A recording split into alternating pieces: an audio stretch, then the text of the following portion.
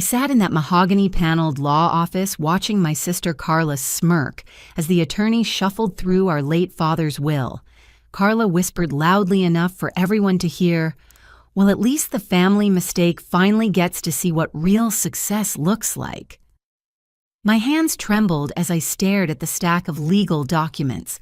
23 years of being called worthless, of watching Carla get everything while I scraped by as a struggling teacher. But today, something in the lawyer's expression suggested this reading wouldn't go as Carla expected. Growing up in our suburban Cleveland home, I always knew I was the overlooked daughter while Carla sparkled like polished silver in our father's eyes. Every family dinner became a showcase for her achievements, while my accomplishments disappeared into background noise. When Carla graduated summa cum laude from Northwestern with her business degree, Dad threw a celebration party with 50 guests and champagne toasts. When I earned my education degree from Kent State with honors, he handed me a congratulations card at breakfast and changed the subject to Carla's new internship at a Fortune 500 company. The pattern continued relentlessly through our 20s. Carla climbed the corporate ladder at Lightning Marketing Solutions, earning 6 figures before she turned 25. Meanwhile, I chose to teach 3rd grade at Lincoln Elementary School, earning $38,000 annually and living in a cramped 700-square-foot apartment where the radiator clanged all winter and the air conditioning wheezed through muggy Ohio summers. Dad's favoritism wasn't subtle. For Carla's college graduation, he surprised her with a brand new cherry red BMW convertible, complete with leather seats and a premium sound system. For my graduation, he gave me a used copy of Teaching Strategies for Elementary Education that still had someone else's highlighting and coffee stains on the pages. When Carla announced her engagement to Derek Wellington, a successful investment banker, she met at a charity gala. Dad immediately offered to pay for their entire wedding. They had a lavish ceremony at the Ritz-Carlton with 300 guests, an 8-piece orchestra, and flowers flown in from Ecuador. When I fell in love with Marcus, a kind social worker who shared my passion for helping children, we planned a small ceremony in the local park pavilion. Dad claimed he was tight on funds that month and gave us $500, suggesting we keep things modest and practical. We ended up eloping at the courthouse with 2 witnesses we barely knew celebrating afterward with pizza from Tony's Corner Shop. The real estate empire Dad built from nothing became Carla's assumed inheritance from the moment she could walk. Thompson Construction and Development had grown from Dad's one-man handyman service into a company that developed shopping centers and residential complexes throughout northeastern Ohio. Carla joined the company after college, immediately taking the title of Vice President of Marketing, while I struggled to afford basic classroom supplies for my students. Every family gathering reinforced the hierarchy. Carla would arrive in designer clothes talking about her latest business coup or the vacation home she and Derek were considering in the Hamptons. I'd show up in bargain store dresses, sharing stories about helping struggling readers or organizing school fundraisers that Dad dismissed as nice little hobbies. Carla's children, 8-year-old Madison and 6-year-old Tyler, attended private Montessori school and took violin lessons. My students came from families where a free lunch program meant the difference between eating and going hungry. The dynamic established Carla as the golden heir apparent, while I remained the family disappointment who chose service over success. Dad never missed an opportunity to mention Carla's achievements to neighbors, church members, or business associates. He'd introduce her as my daughter, the marketing executive, while introducing me simply as my other daughter, April. But something shifted dramatically 3 months before Dad's death. He'd suffered a major heart attack that required emergency surgery and a 3-week hospital stay. The gravity of his mortality seemed to crack open something he'd kept buried for decades. That's when the lawyer's expression suddenly changed, and I realized this will reading was about to shatter every assumption my family had held for 23 years.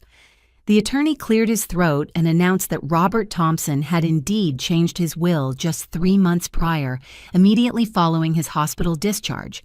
Carla's confident smirk began to falter as she processed the timing, her manicured fingers gripping the armrest of her chair with increasing tension. The lawyer's office felt charged with electricity as attorney William Fitzgerald spread the estate documents across his massive oak desk. Behind him, law books lined floor-to-ceiling shelves, their leather spines creating a backdrop that seemed to mock the family drama unfolding before them. Carla's perfectly styled blonde hair caught the afternoon sunlight streaming through tall windows, but her usual composure was beginning to crack. Before we proceed with the reading, Attorney Fitzgerald announced, adjusting his wire-rimmed glasses, "I need to address some irregularities that came to light during the estate's probate process. My father's real estate holdings were more extensive than I'd ever imagined. Beyond the family mansion on Shaker Heights Boulevard worth $2.7 million, according to the latest appraisal, Dad owned 3 rental properties in University Heights that generated substantial monthly income. His investment portfolio included municipal bonds, blue-chip stocks, and a money market account that had grown to impressive proportions over his 40-year career. Thompson Construction and Development was valued at over $1.2 million with ongoing contracts that would generate income for years to come." "What irregularities?" Carla demanded, her voice sharper than usual. Derek shifted uncomfortably beside her, loosening his silk tie and glancing nervously around the room. Attorney Fitzgerald pulled out a thick folder marked "Estate Fraud Investigation." My stomach dropped as I wondered what secrets were about to surface. "Mrs. Wellington," he addressed Carla formally, "were you aware that someone has been showing the Shaker Heights property to potential buyers over the past 6 weeks?" Carla's face drained of color, but she recovered quickly with practiced corporate smoothness. "I have no idea what you're talking about. Perhaps the real estate agent made some mistake." "There was no authorized real estate agent involved," the lawyer replied coolly. "However, we have documentation showing that you contacted Meridian Development Corporation about selling the property for demolition. They were planning to construct a strip mall on the site." The revelation hit me like a physical blow. While Dad was barely cold in his grave, Carla had already been scheming to destroy our childhood home for profit. Every memory embedded in those walls, Christmas mornings by the fireplace, birthday parties in the backyard, quiet evenings when Mom would read to me in the sunroom, meant nothing compared to Carla's greed. Derek's nervous fidgeting became more pronounced as Attorney Fitzgerald continued his investigation summary. "Furthermore, Mr. Wellington, our records show you've been in contact with several creditors regarding substantial gambling debts. Were you counting on your wife's expected inheritance to resolve these financial obligations?" "That's completely out of line." Derek stammered, but sweat beaded on his forehead despite the air-conditioned office. "My financial situation has nothing to do with this will reading." Aunt Helen, Dad's 72-year-old sister, spoke up from her chair near the window. "Actually, Derek, it has everything to do with it. I heard you on the phone outside the funeral home telling someone you'd have the money within a week because the old man finally kicked the bucket." The room fell silent except for the soft tick of the antique clock on Attorney Fitzgerald's bookshelf. Carla's mask of superiority finally slipped, completely revealing the calculating predator underneath. "You people are all jealous because Dad always knew I was the successful one. April's been living like a pauper her whole life, and now you want to pretend she deserves something she never earned." "Speaking of earning," the lawyer interjected, "we need to discuss some financial discrepancies discovered during our audit of your father's accounts." He produced bank statements highlighted in yellow marker. 3 months ago, $20,000 was withdrawn from Robert Thompson's checking account using a power of attorney document. The withdrawal occurred while your father was hospitalized and unconscious following his heart surgery. My hands clenched in my lap as the magnitude of Carla's betrayal became clear. While Dad fought for his life in the ICU, she'd been stealing money to fund her European vacation. I remembered her Instagram posts from Paris and Rome, captioned with phrases like, "living my best life," and "sometimes you just need to treat yourself." Every museum selfie and restaurant photo had been paid for with stolen money. "That's impossible." Carla protested, but her voice lacked conviction. Dad gave me that money for business expenses. Attorney Fitzgerald opened another folder and pulled out photocopied documents. The power of attorney form was notarized on February 14th, 2 days after your father's heart attack. However, the notary has confirmed that Robert Thompson was never present for this signing. In fact, he was sedated in intensive care that entire week. The forgery accusation hung in the air like poison gas. I looked at my sister, really looked at her, and saw a stranger wearing Carla's face. This woman who'd tormented me for decades, who'd convinced our family that I was worthless while she was wonderful, had been stealing from our dying father. "You forged his signature." I whispered the words, escaping before I could stop them. Carla whirled to face me, her eyes blazing with fury. "Don't you dare act all innocent, April. You were the one hanging around his hospital bed like some vulture, probably whispering poison in his ear when he was too weak to think clearly." But Attorney Fitzgerald wasn't finished with his revelations. He reached into his briefcase and withdrew what appeared to be a recording device. "There's something else we need to discuss before reading the will. Your father made provisions for this exact scenario." The small recording device sat on Attorney Fitzgerald's desk like an unexploded bomb, its silver surface reflecting the overhead lights. Carla stared at it with growing alarm while Derek's knee bounced nervously under the mahogany table.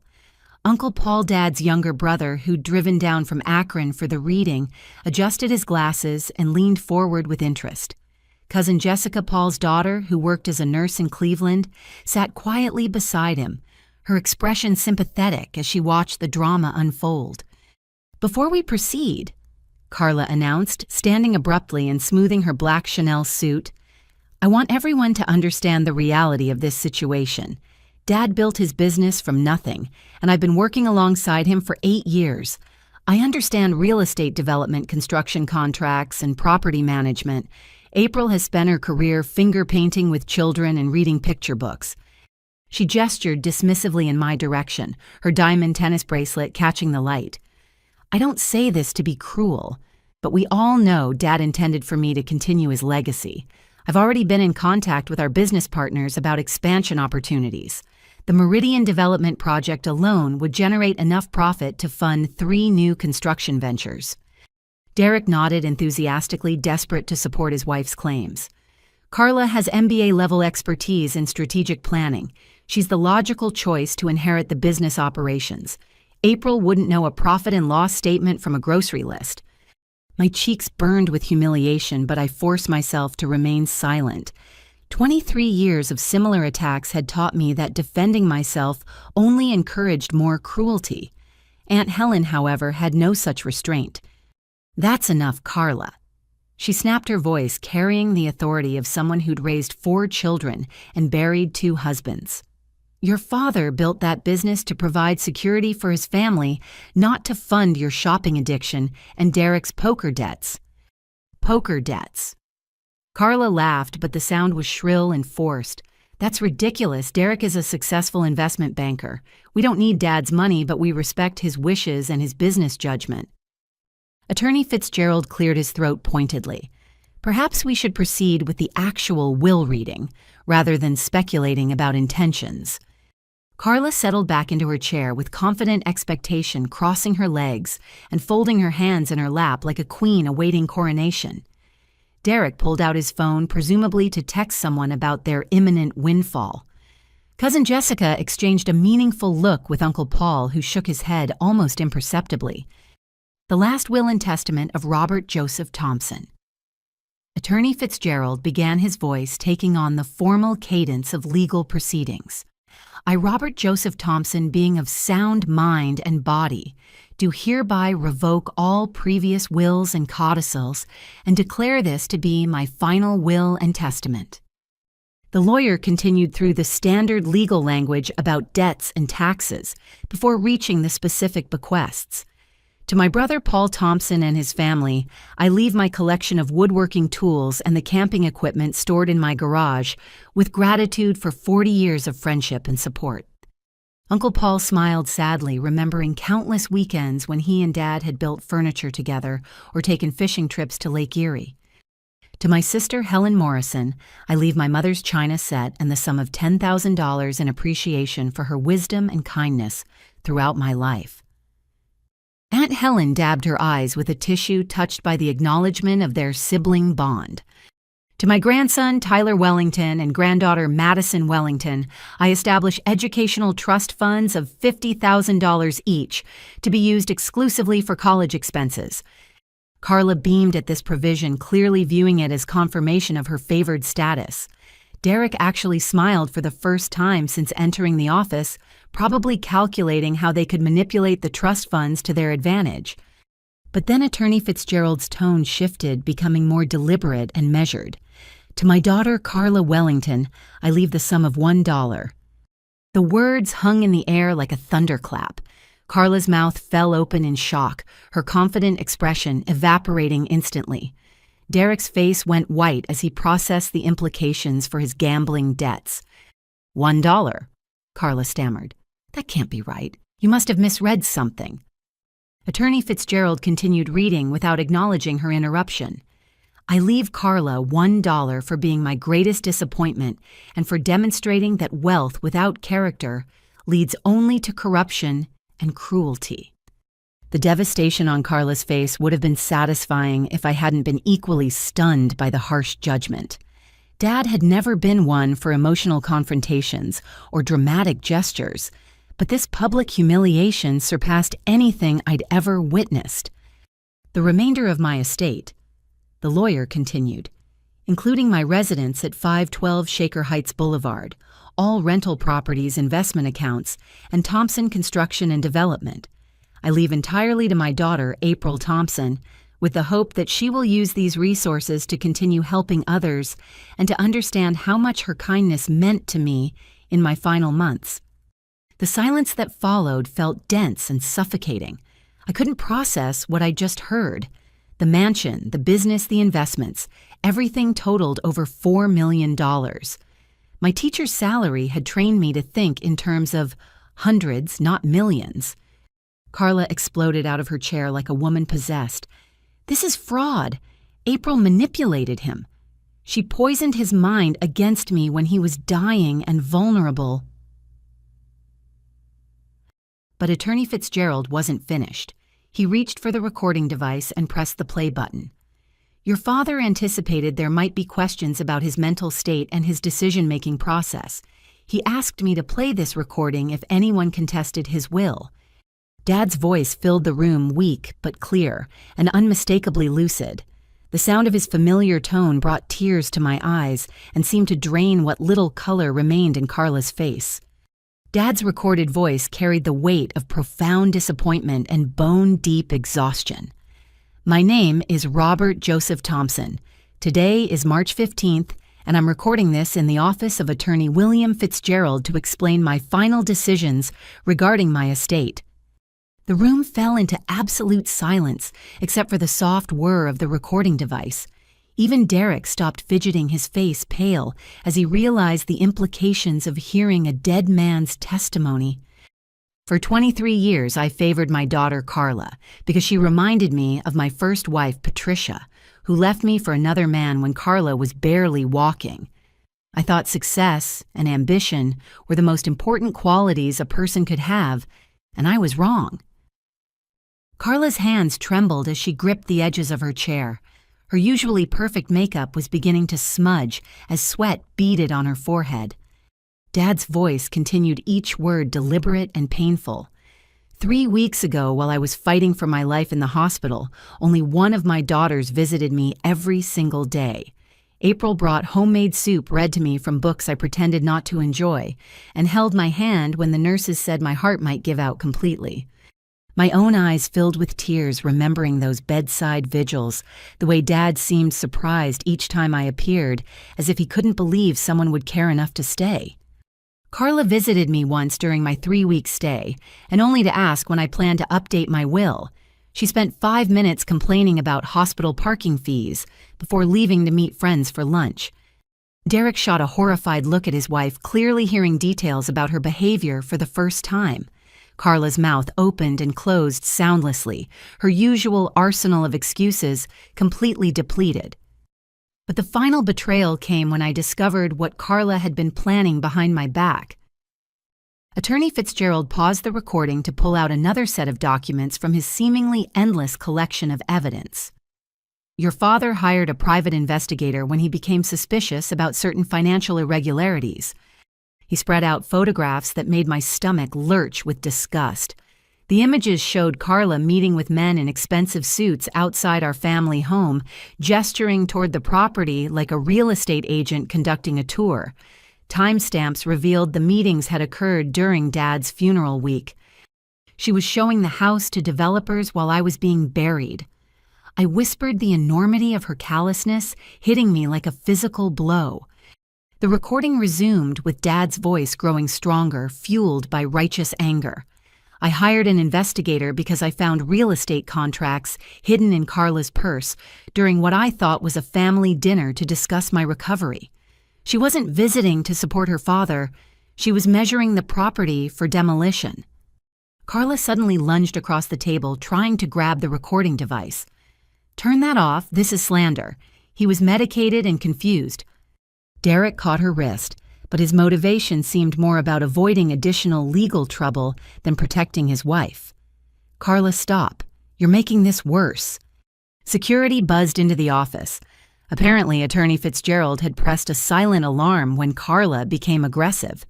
2 uniformed guards flanked the doorway, while a receptionist peered anxiously from the hallway. "Ma'am, you need to return to your seat," the older security guard instructed firmly but politely. Instead, Carla whirled to face me with venom I'd never seen before, even during our worst childhood conflicts. "You pathetic, manipulative little parasite. You think you're so noble with your stupid teaching job and your boring life, but you're just a leech who couldn't make it in the real world." Uncle Paul stood up, his face flushed with embarrassment and anger. "Carla, that's enough. You're disrespecting your father's memory." "My father," she shrieked, completely losing the polished facade she'd maintained for decades.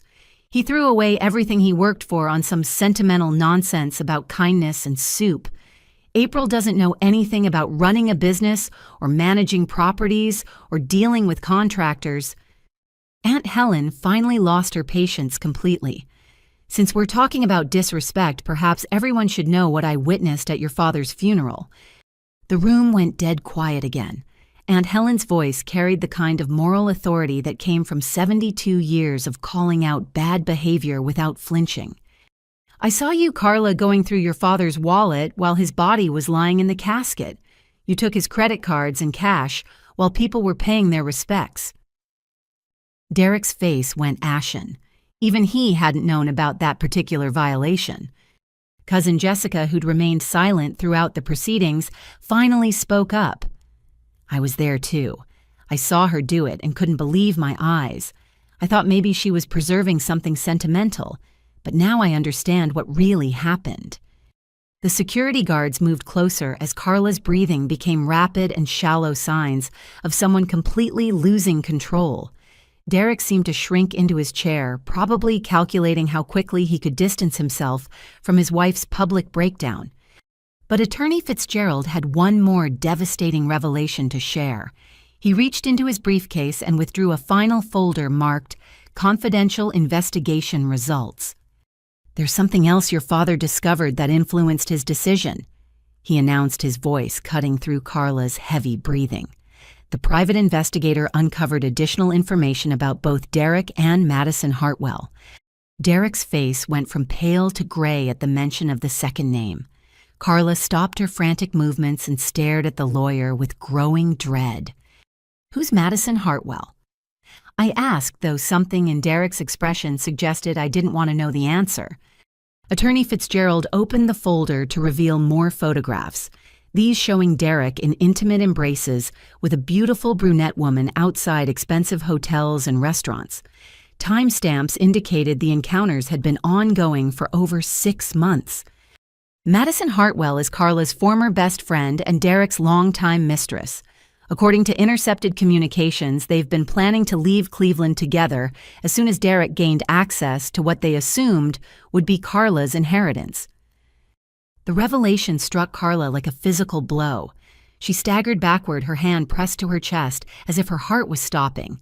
The sister who'd tormented me for decades suddenly looked fragile and broken, her entire world crumbling in the span of 30 minutes.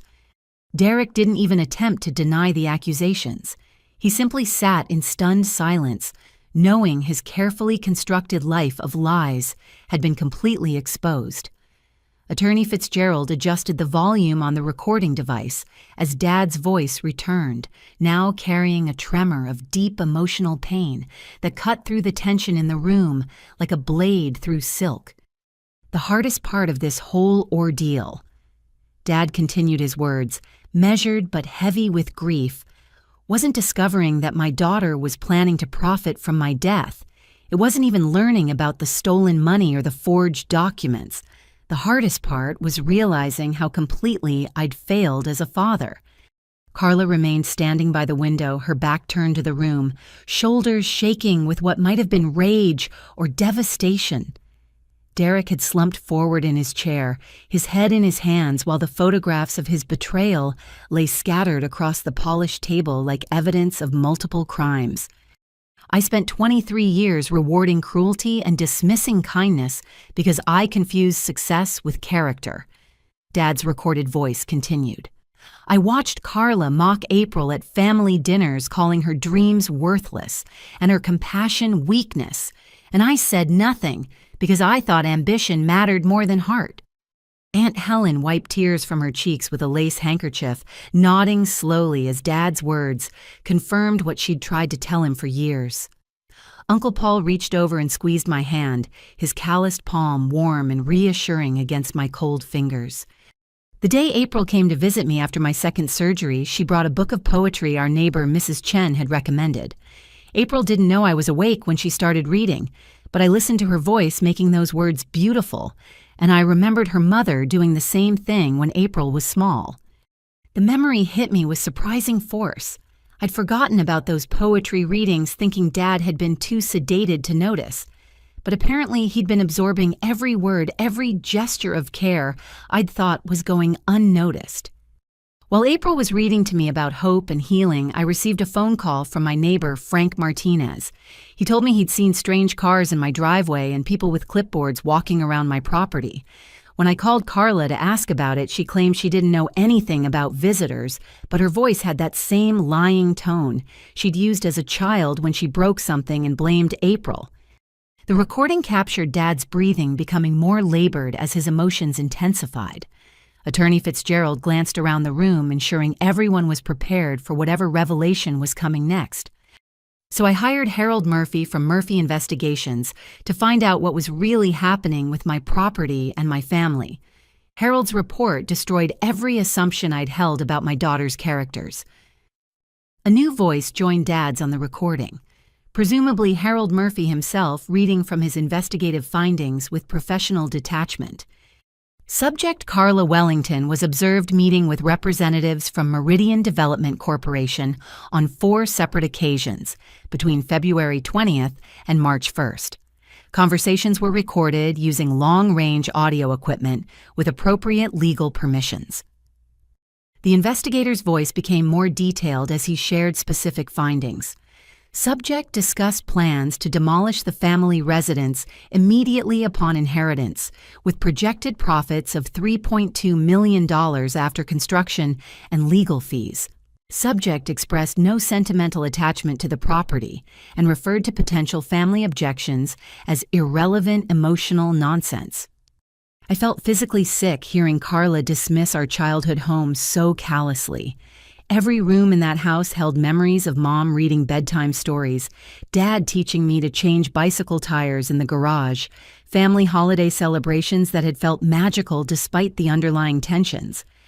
Harold Murphy's recorded voice continued with devastating precision. Subject was also observed removing approximately $800 in cash and 2 credit cards from the deceased's personal effects during funeral services on March 8th. This theft was witnessed by multiple family members, but not reported to authorities. Carla finally turned from the window, her face streaked with mascara and twisted with desperate fury. "This is entrapment. You can't record people without their permission. None of this is admissible in any legitimate court." But Dad's voice returned to the recording with renewed strength, as if anticipating her objections. "I want to be clear about my mental state during these decisions. Dr. Jennifer Walsh, my cardiologist, has confirmed that my medications had no effect on my cognitive abilities. Dr. Michael Foster, my primary care physician for 15 years, conducted mental competency evaluations and found me fully capable of making legal and financial decisions." Attorney Fitzgerald produced medical documents bearing official letterheads and physician signatures. "Both doctors were willing to testify to your father's complete mental clarity during the will revision process." The recording continued with Dad's voice growing more personal and heartbroken. The final piece of evidence that changed everything came from Harold's investigation into Derek Wellington's activities and associations. Derek's head snapped up at the mention of his name, his face cycling through expressions of panic, anger, and resignation. He glanced toward the door as if calculating whether he could escape before hearing the rest of his secrets exposed. "Derek has accumulated gambling debts totaling $147,000 through underground poker games and illegal sports betting operations. He's been using Carla's credit cards and joint bank accounts to make partial payments, but the interest and penalties have grown beyond his ability to manage." The dollar amount seemed to physically stagger Derek. He hadn't realized the full extent of his financial destruction had been discovered and documented. More troubling. Dad's voice continued, "Derek has been conducting an affair with Madison Hartwell for 8 months, with plans to leave Cleveland once he gained access to what he assumed would be Carla's inheritance. Text message records showed they'd already purchased a house in Austin, Texas, using money Derek stole from his and Carla's joint savings account." Carla's legs seemed to give out completely. She collapsed into the nearest chair, staring at her husband with the expression of someone watching her entire world disintegrate in real time. 23 years of marriage, of building a life together, of believing in their partnership, had been revealed as an elaborate fraud designed to steal my father's money. Madison Hartwell. The recording continued, is pregnant with Derek's child. They've been planning their new life together for months, assuming Carla's inheritance would fund their escape from their respective responsibilities in Ohio. The pregnancy revelation broke something fundamental in Carla's spirit. She'd never been able to have children after Madison and Tyler, a source of private grief she'd hidden behind her professional ambitions. Learning that her husband had created the family he'd claimed was impossible with them felt like the ultimate betrayal stacked on top of countless smaller ones. Dad's recorded voice softened as he addressed me, directly speaking across the divide between life and death, with words I'd waited my entire lifetime to hear. "April, sweetheart, I know I never told you how proud I was of your teaching, your kindness, your determination to help children who reminded me so much of yourself at that age. I know I never said how sorry I was for making you feel less important than your sister's achievements." Tears streamed down my face as I heard my father's voice speaking words of love and recognition that felt like a miracle and a tragedy combined. Why had it taken his approaching death for him to see who I really was? "You chose a life of service over personal gain, and that choice makes you worth more than all of Carla's business successes combined. I'm leaving you everything, not because you need the money, but because I trust you to use it wisely and with the same compassion you've shown your students and your foolish old father." The recording ended with a soft click that seemed to echo through the suddenly silent office. 5 people sat in stunned contemplation of what they'd just witnessed, a man's deathbed confession of parental failure and his desperate attempt to correct 23 years of misguided favoritism. But Attorney Fitzgerald wasn't finished revealing the depths of family betrayal that had motivated Dad's final decisions. Attorney Fitzgerald reached into his briefcase and withdrew a manila envelope marked Wellington Investigation, Priority Evidence. The content spilled across his desk like artifacts from a destroyed marriage, printed text messages, bank statements, hotel receipts, and more photographs that painted a devastating picture of calculated deception. Your father wanted to ensure that all the facts came to light. The attorney explained, organizing the documents with methodical precision. Harold Murphy's investigation went beyond simple surveillance to uncover a systematic pattern of fraud and betrayal that extends far beyond what we've already discussed. Derek sat frozen in his chair, his expensive suit wrinkled and his face the color of old newspaper. Beside him, Carla stared at the evidence with the hollow expression of someone watching their life burn down in real time. The first document Attorney Fitzgerald displayed was a bank statement from Derek and Carla's joint savings account, highlighted to show a series of large withdrawals over the past 6 months. These transfers totaling $32,000 were made to an account belonging to Madison Hartwell without Carla's knowledge or authorization. "That's impossible," Carla whispered, but her voice lacked conviction. "Derek would never. We discuss all major financial decisions together." Uncle Paul leaned forward to examine the bank statements, his engineering background making him comfortable with financial documents. "Carla, these withdrawals happened on weekdays when you would have been at work. Someone with access to your joint account was systematically stealing money to fund a secret life." Derek finally spoke, his voice hoarse and defensive. "Those weren't theft. I was making investments that would benefit both of us in the long run. Madison was helping me research real estate opportunities in emerging markets." Attorney Fitzgerald pulled out printed email exchanges between Derek and Madison that told a very different story. "These communications paint a clearer picture of your investment strategy, Mr. Wellington." He began reading from the printed emails, his professional voice making the intimate betrayal even more devastating. From Derek to Madison, dated January 15th. "Can't wait to start our new life in Austin once we get Carla's inheritance money. She has no idea what's coming and honestly doesn't deserve Dad Thompson's business anyway." Carla made a sound like she'd been physically struck. The cruelty of Derek's words seemed to hurt more than the infidelity itself. From Madison to Derek, dated February 2nd. "I've been looking at houses in Westlake Hills.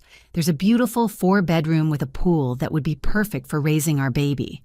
Carla will be devastated, but she'll get over it eventually." Cousin Jessica shifted uncomfortably in her chair. "Derek, how could you plan someone's emotional destruction so casually? Carla loved you. She trusted you completely." "Love doesn't pay gambling debts." Derek snapped his mask of respectability, finally slipping completely. "Carla was so obsessed with her career and her father's approval that she never noticed I was drowning financially. Her inheritance was supposed to solve everything." Aunt Helen's voice cut through Derek's self-pity with surgical precision.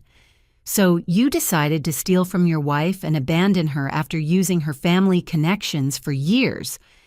But the worst revelations were still coming.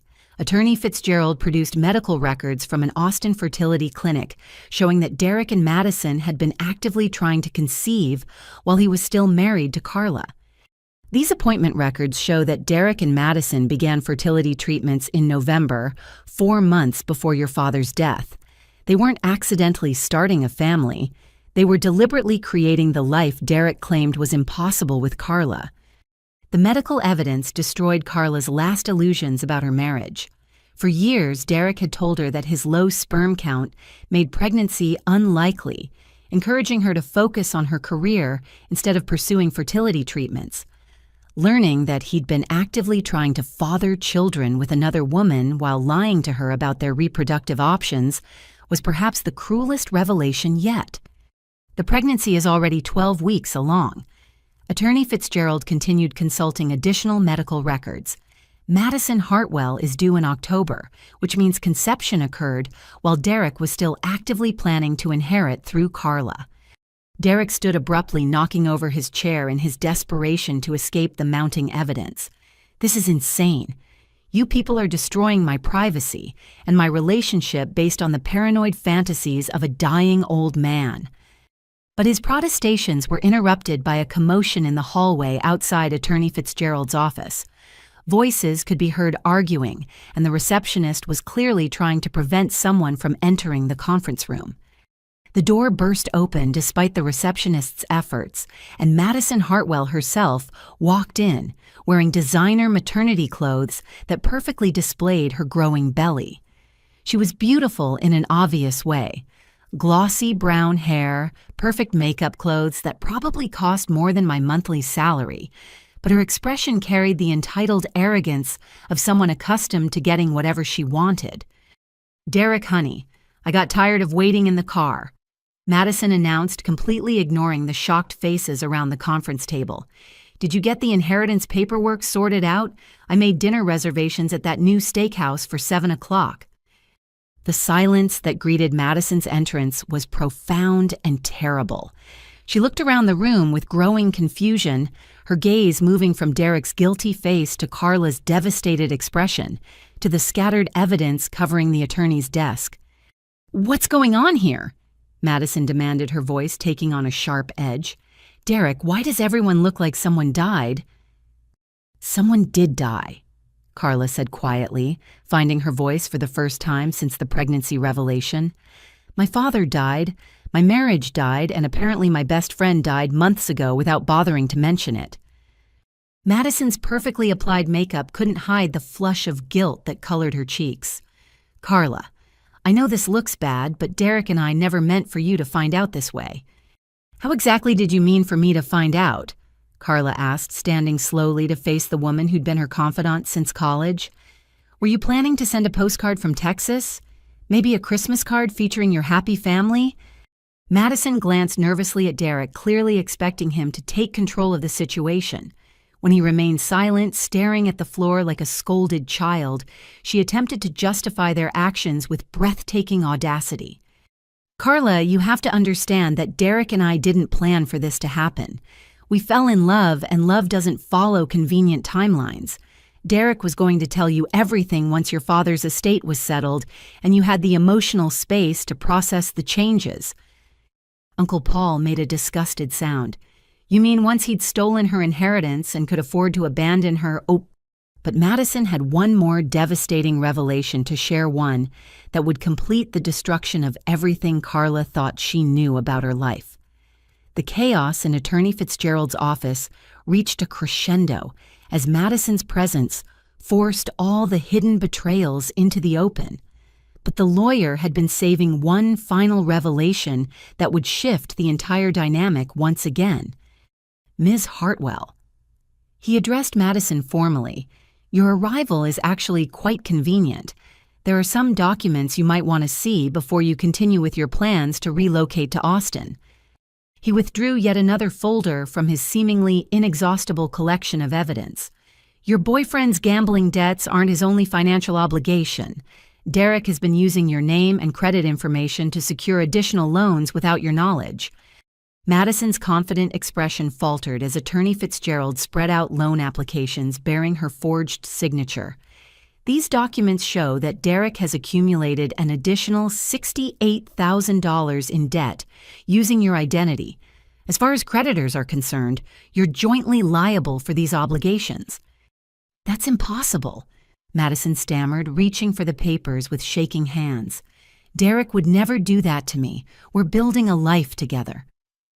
Derek's face went white as his final layer of deception was exposed. He'd been using Madison just as callously as he'd used Carla, viewing both women as financial resources rather than human beings worthy of honesty and respect. "Furthermore," the attorney continued, "the house you purchased in Austin was bought with funds from these fraudulent loans. If Derek can't repay these debts, which seems likely given his current circumstances, you'll both face federal charges for wire fraud and identity theft." Madison dropped into an empty chair, her hand instinctively moving to protect her growing belly. The fairy tale escape she'd imagined was revealing itself as another layer of Derek's criminal behavior. But I found myself less interested in Derek and Madison's unfolding drama than in what Attorney Fitzgerald had mentioned about visiting the inherited property. "When can I see the house?" I asked, surprising myself with the firmness in my voice. "We can arrange a visit this afternoon if you'd like," he replied. "Your father left specific instructions about certain items he wanted you to discover personally." 2 hours later, I stood before the imposing Tudor-style mansion where I'd grown up seeing it through completely different eyes. Aunt Helen had insisted on accompanying me, claiming she needed to collect some of Mom's belongings that Dad had preserved in the master bedroom. The house felt both familiar and foreign as we walked through rooms that held decades of family history. Dad had maintained everything beautifully. The hardwood floors gleamed, the windows sparkled, and fresh flowers in crystal vases suggested he'd been preparing for important visitors. "He always kept this place like a museum," Aunt Helen observed, running her fingers along the polished banister. "I think he was afraid that changing anything would make your mother feel more gone than she already was." We climbed the stairs to Dad's private office, a wood-paneled sanctuary I'd rarely been allowed to enter as a child. Attorney Fitzgerald had given me the key, along with instructions to look for a safe hidden behind the bookshelf containing works by American authors. The safe opened easily with the combination Dad had provided my birthday, followed by Mom's. Inside, I discovered treasures that took my breath away. Mom's engagement ring, her pearl necklace, and a collection of jewelry I'd assumed had been sold years ago. "He told Carla these were lost in a burglary," Aunt Helen said, examining Mom's sapphire earrings. "She believed him because she wanted to believe the worst about everything connected to your mother's memory. But the jewelry was just the beginning. Beneath the velvet-lined boxes, I found a stack of letters tied with blue ribbon, love letters between my parents that revealed a romance more beautiful than anything I'd ever imagined. Mom's handwriting covered page after page of cream-colored stationery describing her dreams for their future together, her hopes for their children, and her specific vision for what their family could become. Robert, one letter read, "I love watching you read to April before bedtime. She has your thoughtful nature and my love of stories. I hope someday she'll understand that intelligence comes in many forms and that kindness is rarer and more valuable than success." Another letter, written when I was 5 years old, made me cry. "April asked me today why some people are mean and others are nice. I told her that mean people are usually afraid of something, but nice people have learned that love is stronger than fear. I hope she always chooses love even when love seems harder." Aunt Helen discovered Dad's journal collection in a locked desk drawer, leather-bound volumes documenting 20 years of thoughts and observations about his family. The entries painted a devastating picture of a man who'd recognized his mistakes but didn't know how to correct them. June 15th. One entry read, "Carla graduated with honors today, and I felt proud but also worried. She seems to think success means other people have to fail." When April congratulated her sister, Carla just rolled her eyes and made some comment about participation trophies. I should have said something, but I didn't want to ruin the celebration. Another entry from several years later showed Dad's growing awareness of the family dynamic he'd created. April won a teaching award today, Teacher of the Year for the entire district. I found out from Helen, not from April herself. She probably didn't think I'd care. God help me, I've made my daughter believe her accomplishments don't matter to me. The most painful entries came from the months before Dad's heart attack, showing his desperate desire to repair our relationship without knowing how to begin. I drove past April's school today and saw her in the playground helping a little boy tie his shoes. She has the same patient smile her mother had when she was teaching April to read. I sat in the car for 20 minutes wanting to go in and tell her how proud I am, but I didn't know what words to use after 20 years of using the wrong ones. But Aunt Helen made a discovery that changed everything we thought we knew about the family finances. Hidden in the basement behind Dad's workbench, she found evidence that Carla had been secretly living in the house for the past 3 months.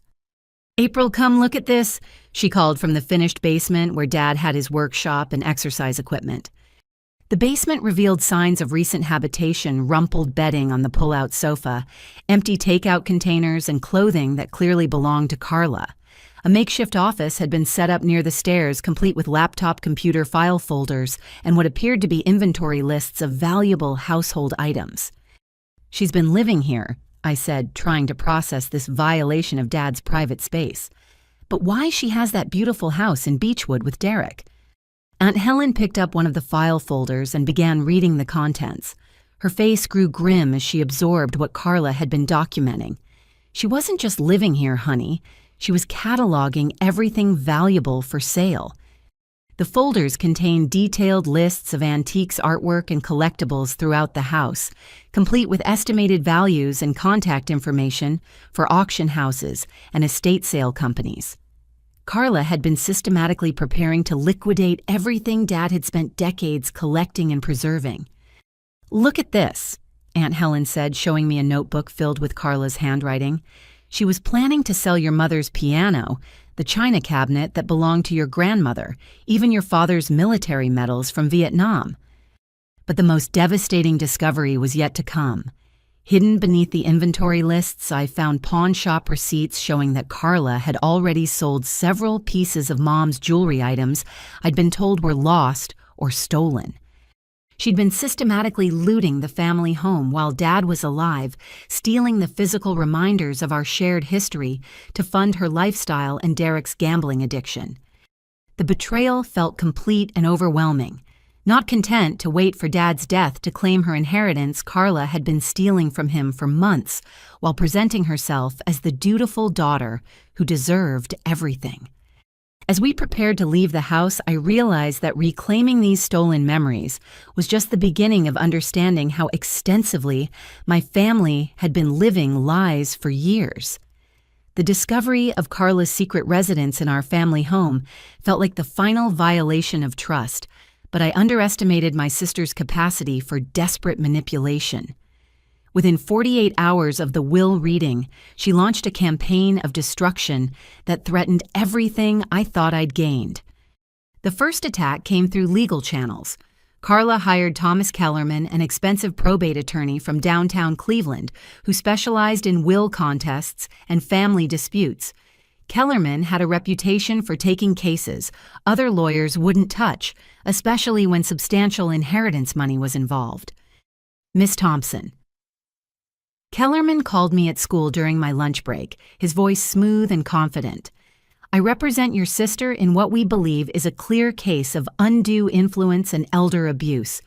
We're prepared to file a formal challenge to your father's will unless you're willing to discuss a reasonable settlement." The accusation hit me like ice water. Elder abuse. That's ridiculous. I took care of Dad when he was sick. "Precisely our point," Kellerman replied. "You isolated a vulnerable elderly man during his final illness and manipulated him into changing his will through emotional coercion.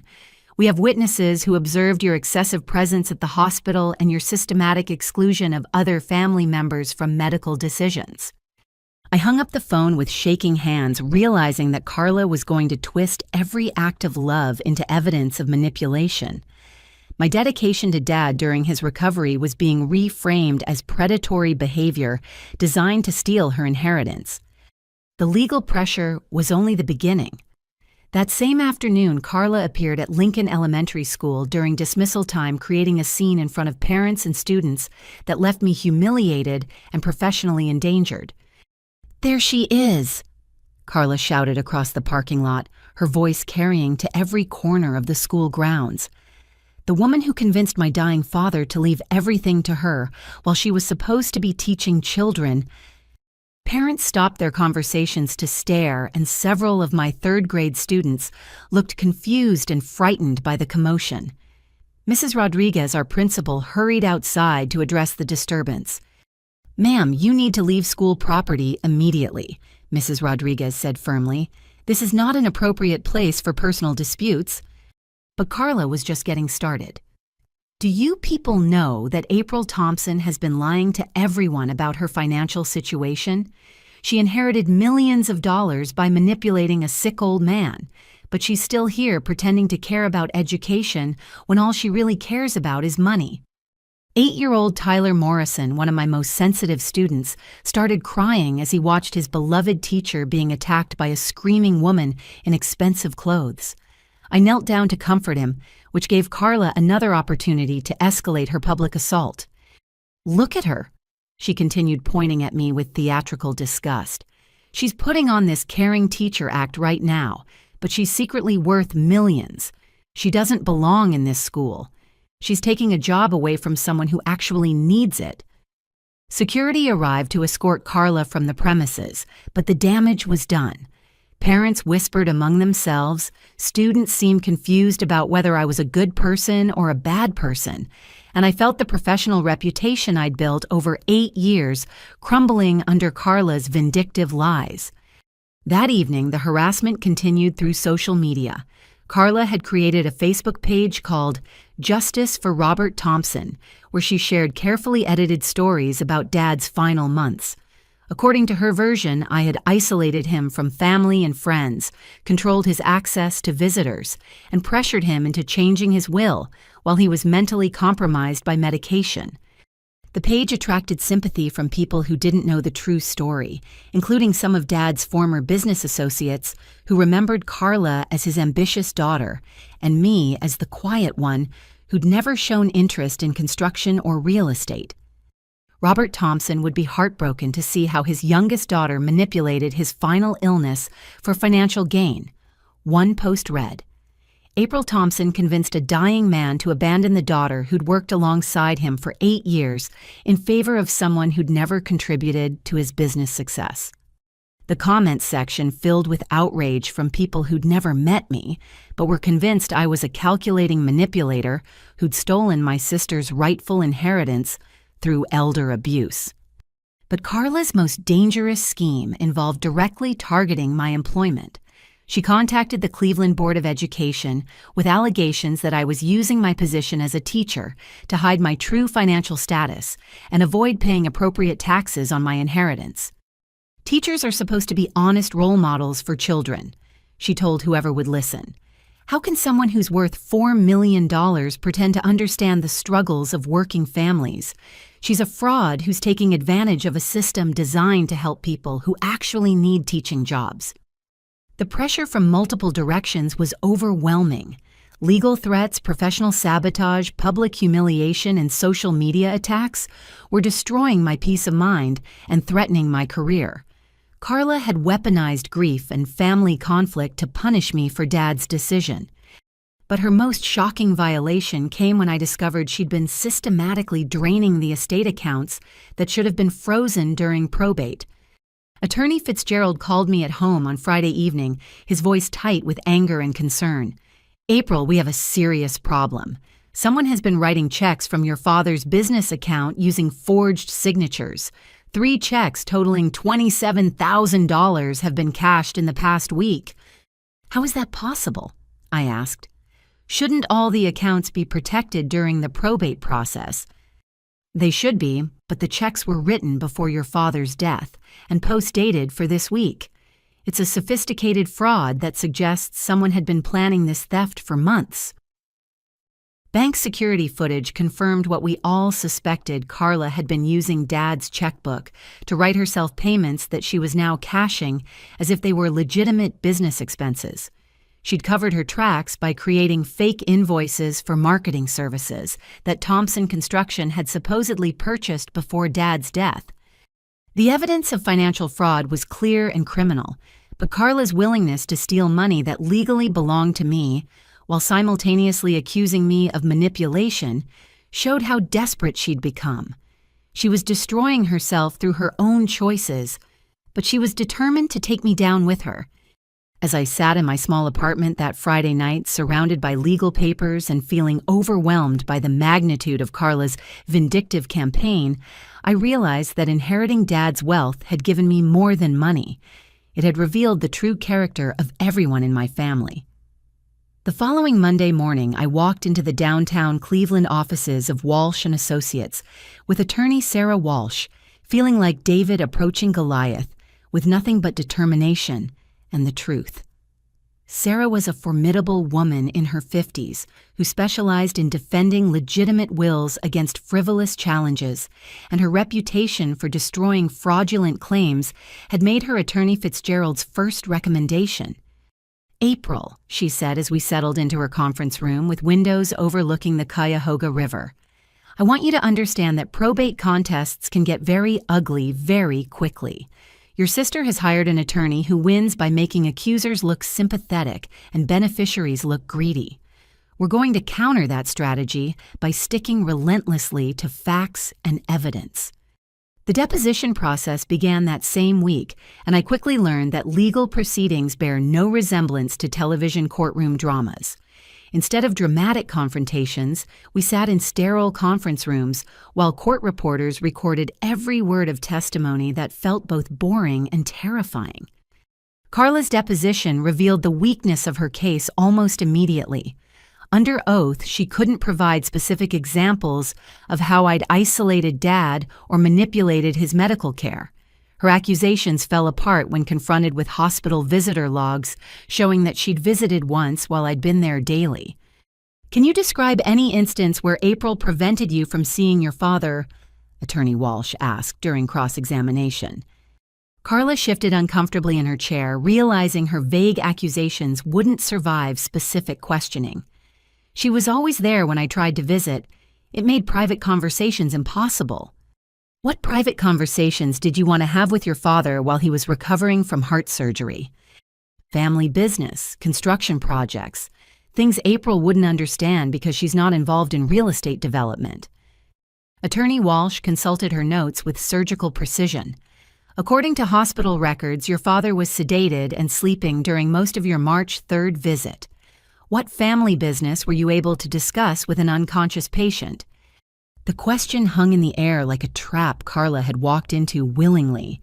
She'd claimed to want private business conversations with Dad, but the medical records showed he'd been unconscious during her visit. Derek's deposition was even more devastating to Carla's case.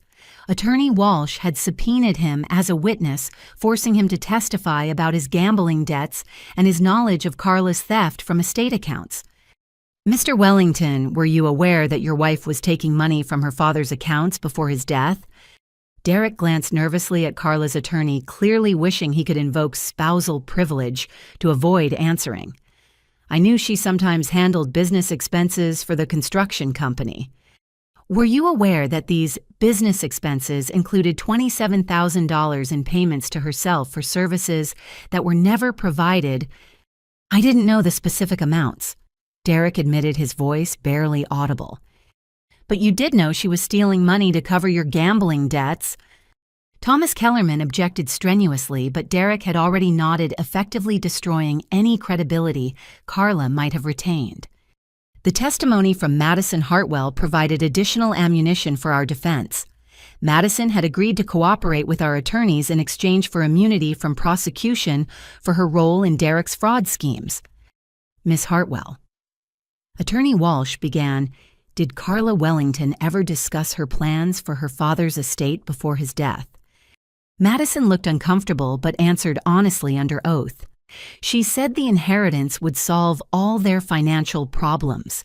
Derek had told her about his gambling debts, and they were both counting on her father's money to start fresh." "Did she express any concern about her father's health or emotional well-being during his final illness?" "Not really. She mostly complained about having to visit the hospital because it interfered with her work schedule."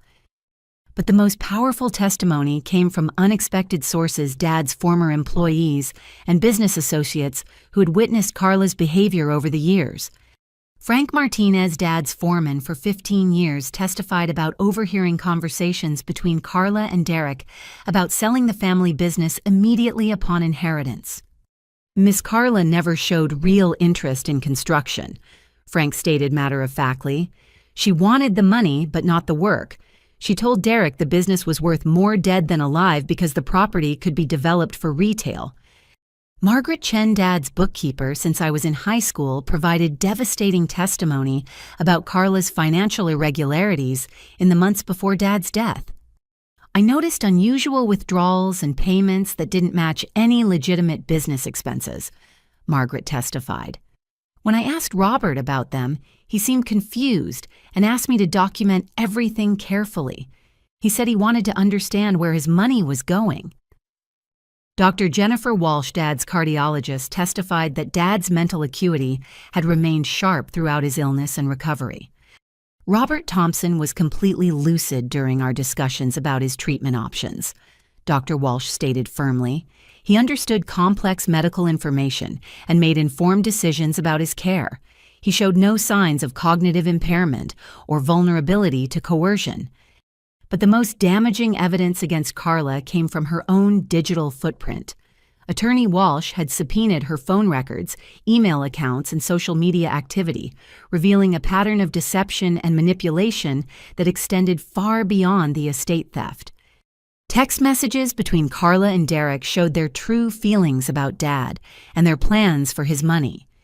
Derek: "How long do you think the old man has left?" Carla: "Hopefully not long. I'm tired of pretending to care about his war stories and his boring construction projects."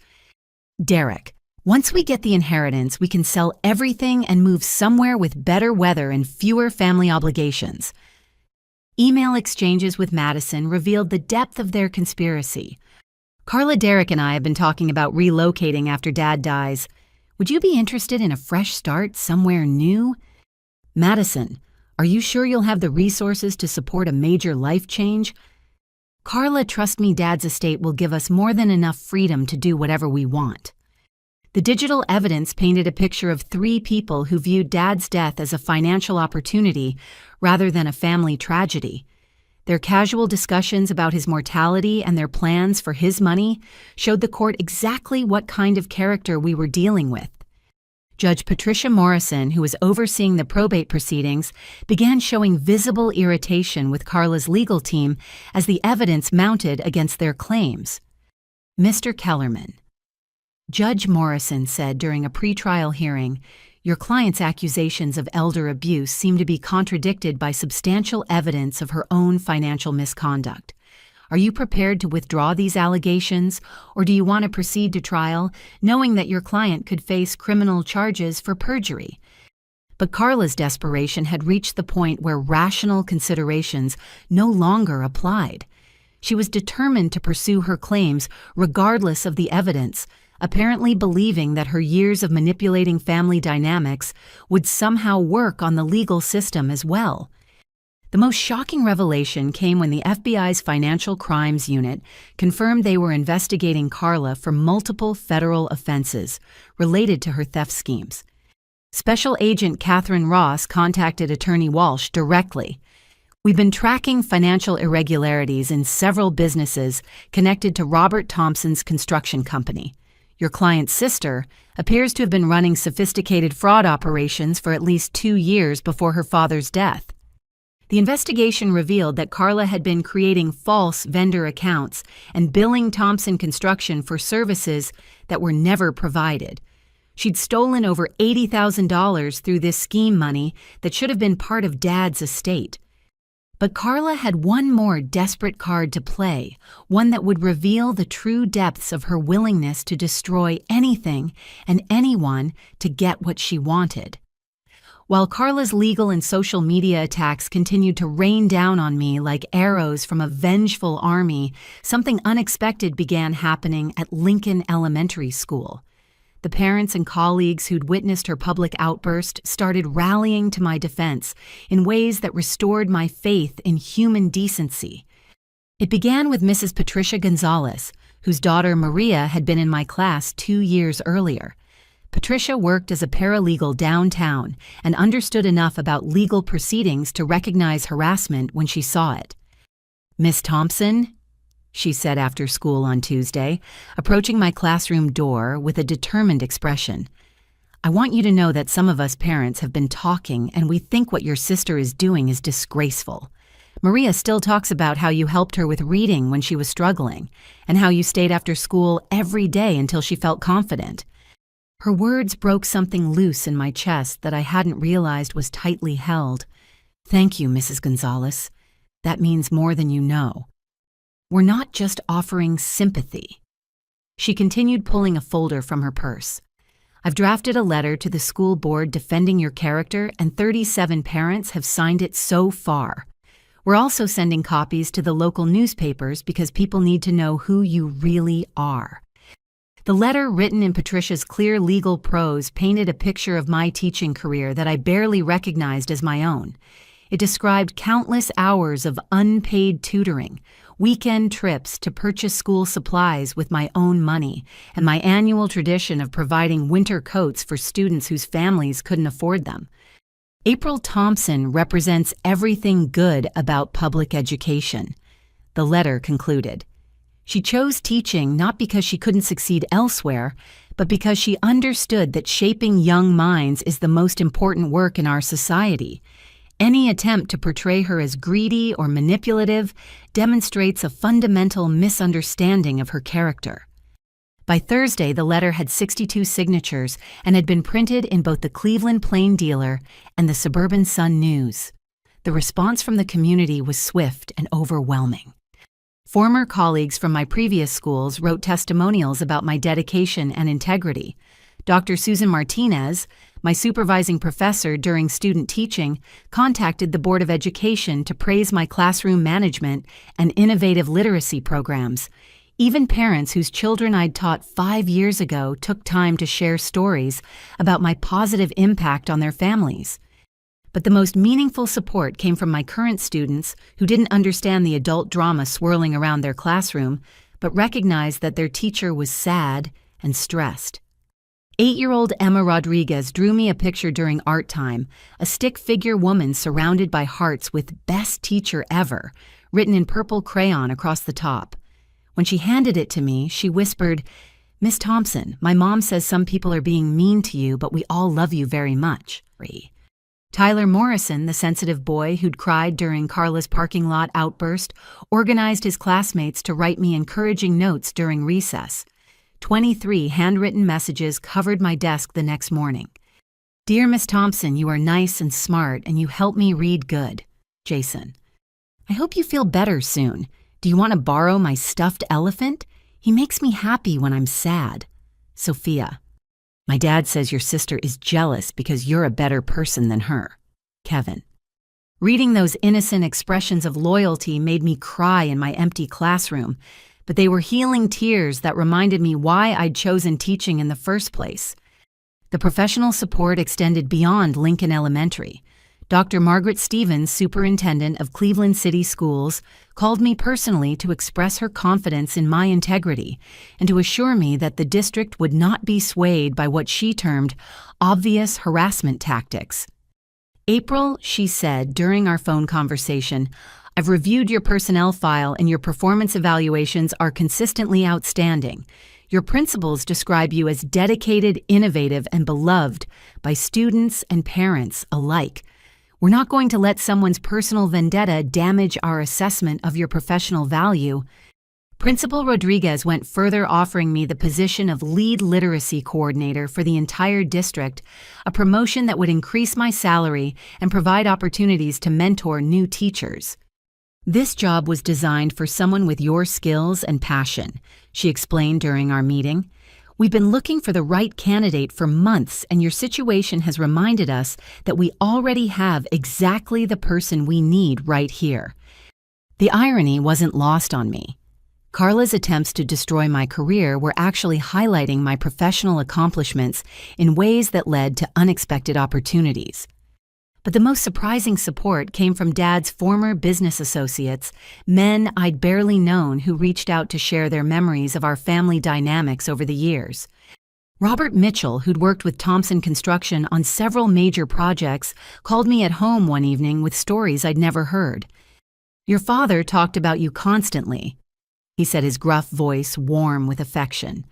"Every time one of his projects involved schools or community centers, he'd mention how proud he was of your teaching work. He said you were doing more important work than any of us contractors because you were building people instead of buildings." James Patterson, Dad's longtime attorney before he'd switched to Fitzgerald's firm, shared similar memories. "Robert always regretted not supporting your career choice more openly. He told me several times that he wished he'd been smart enough to see that success comes in many forms, not just financial ones." These conversations revealed that Dad had been proud of me all along, but hadn't known how to express it. His awkwardness around emotional topics had been mistaken for indifference, when in reality he'd been struggling with his own inability to articulate love and admiration. The community support created a protective bubble around me during the darkest period of Carla's harassment campaign. Local media began covering the story from a different angle, portraying me as a dedicated educator, being persecuted by a greedy sibling, rather than as a manipulative gold digger stealing family wealth. Channel 5's Evening News ran a segment titled Teacher Under Fire that included interviews with parents, students, and colleagues who contradicted every accusation Carla had made about my character. "Miss Thompson changed my son's life," one parent told the reporter. "He was failing in reading until she developed a special program just for him. She stayed after school every day for 2 months working with him for free until he caught up with his classmates." The news coverage attracted attention from unexpected quarters. The Ohio Education Association offered to provide legal support if the school district faced any pressure to terminate my employment. The National Education Foundation sent a letter commending my dedication and expressing solidarity with teachers facing personal attacks. But perhaps most importantly, the outpouring of support helped me understand that my identity wasn't defined by Carla's accusations or by Dad's inheritance. I was valued for who I'd chosen to become, not for my family's wealth or dysfunction. Standing in my classroom surrounded by student artwork and thank you notes from parents, I realized that Carla's attacks had inadvertently given me something precious, absolute clarity about my own worth, and the genuine appreciation of a community that had watched me grow from a young teacher into someone they trusted with their children's futures. However, this community support would soon be tested when federal investigators made a discovery that would change everyone's understanding of what Carla had really been doing behind the scenes. The call from Special Agent Catherine Ross came on a gray Thursday morning while I was helping my students with their science projects about plant growth. Mrs. Rodriguez appeared in my classroom doorway with an expression that suggested something serious was developing. "April, you have an important phone call in my office," she said quietly. "I'll watch your class." Special Agent Ross's voice was crisp and professional, but I could hear underlying concern that made my stomach clench with anxiety. "Miss Thompson, we need to schedule a meeting to discuss our investigation into your sister's financial activities. What we've discovered goes far beyond the estate fraud we initially documented." 2 hours later, I sat in a downtown FBI office that felt like something from a crime drama, complete with fluorescent lighting and institutional furniture that seemed designed to make everyone uncomfortable. Agent Ross, a woman in her 40s with graying hair and intelligent eyes, spread documents across the conference table with methodical precision. "Your sister has been operating what we classify as a sophisticated white-collar crime network." She began her words hitting me like physical blows. "The theft from your father's estate was just one component of a larger pattern of fraud that extends back at least 3 years. The evidence was overwhelming and horrifying. Carla had been using Thompson Construction's vendor database to create fake companies that billed for services never provided. She'd invented businesses with official-sounding names like Midwest Marketing Solutions and Professional Development Consulting that existed only on paper but had received hundreds of thousands of dollars in payments. "How did she hide this from Dad?" I asked, trying to understand how such extensive theft could go unnoticed. "Your father trusted her completely," Agent Ross explained. "She had signature authority on business accounts and handled most vendor payments. The fake companies she created looked legitimate on invoices, and she was careful to keep individual payments small enough to avoid triggering automatic audits. Bank records showed that Carla had stolen over $200,000 from Thompson Construction, over 3 years' money that should have been part of Dad's estate, but had instead funded her luxury lifestyle and Derek's gambling addiction. But the fraud extended beyond simple theft. Agent Ross revealed that Carla had been running credit card scams using stolen information from Dad's business clients. She had access to customer information through Thompson Construction's database, the agent explained. She used that data to apply for credit cards in other people's names, then had the cards sent to post office boxes she'd rented under false identities. The scope of Carla's criminal activity was staggering. She'd victimized dozens of innocent people, destroying their credit ratings and financial security to fund her shopping habits and Derek's gambling debts. Families had lost their homes, students had been denied college loans, and elderly people had faced bankruptcy because of Carla's systematic identity theft. We estimate total damages at approximately $400,000, Agent Ross continued. This doesn't include the emotional and financial costs to the victims whose lives she disrupted. Derek's cooperation with federal investigators had revealed the extent of his knowledge about Carla's crimes. In exchange for a reduced sentence, he'd provided detailed information about their money laundering schemes and their plans to flee to Texas using stolen funds. Mr. Wellington has admitted to helping your sister move money through multiple bank accounts to disguise its illegal origins, Agent Ross said. He also confirmed that they were planning to disappear once they gained access to your father's inheritance. The recorded conversations between Derek and federal agents played during our meeting revealed the callousness with which they discussed their victims. Derek: how many credit cards did you get approved this week? Carla, 5, but I'm being more careful about the amounts. Small purchases are less likely to trigger investigations. Derek: good. We need to build up cash reserves before Robert dies and we can make our move to Austin. Listening to them discuss Dad's approaching death like a business opportunity made me physically ill. They'd viewed his mortality as a deadline for maximizing their theft before disappearing with millions of dollars in stolen money. But Carla's criminal behavior had escalated beyond financial fraud into active attempts to obstruct justice.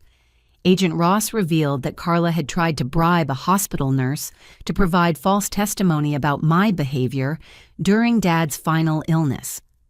She offered Nurse Jennifer Walsh $5,000 to claim you had been inappropriate with your father's medical care, the agent explained. Nurse Walsh reported the bribery attempt immediately, and we have recorded conversations documenting your sister's efforts to manufacture evidence against you. The recorded phone calls were damning evidence of Carla's desperation and complete lack of moral boundaries. Carla: all you have to say is that April seemed to be influencing her father inappropriately, maybe keeping him isolated from other family members. Nurse Walsh: but that's not true. April was wonderful with her father. She was respectful, caring, and never interfered with our medical procedures. Carla, truth isn't the point here. I'm offering you $5,000 for a simple statement that could help resolve a family dispute.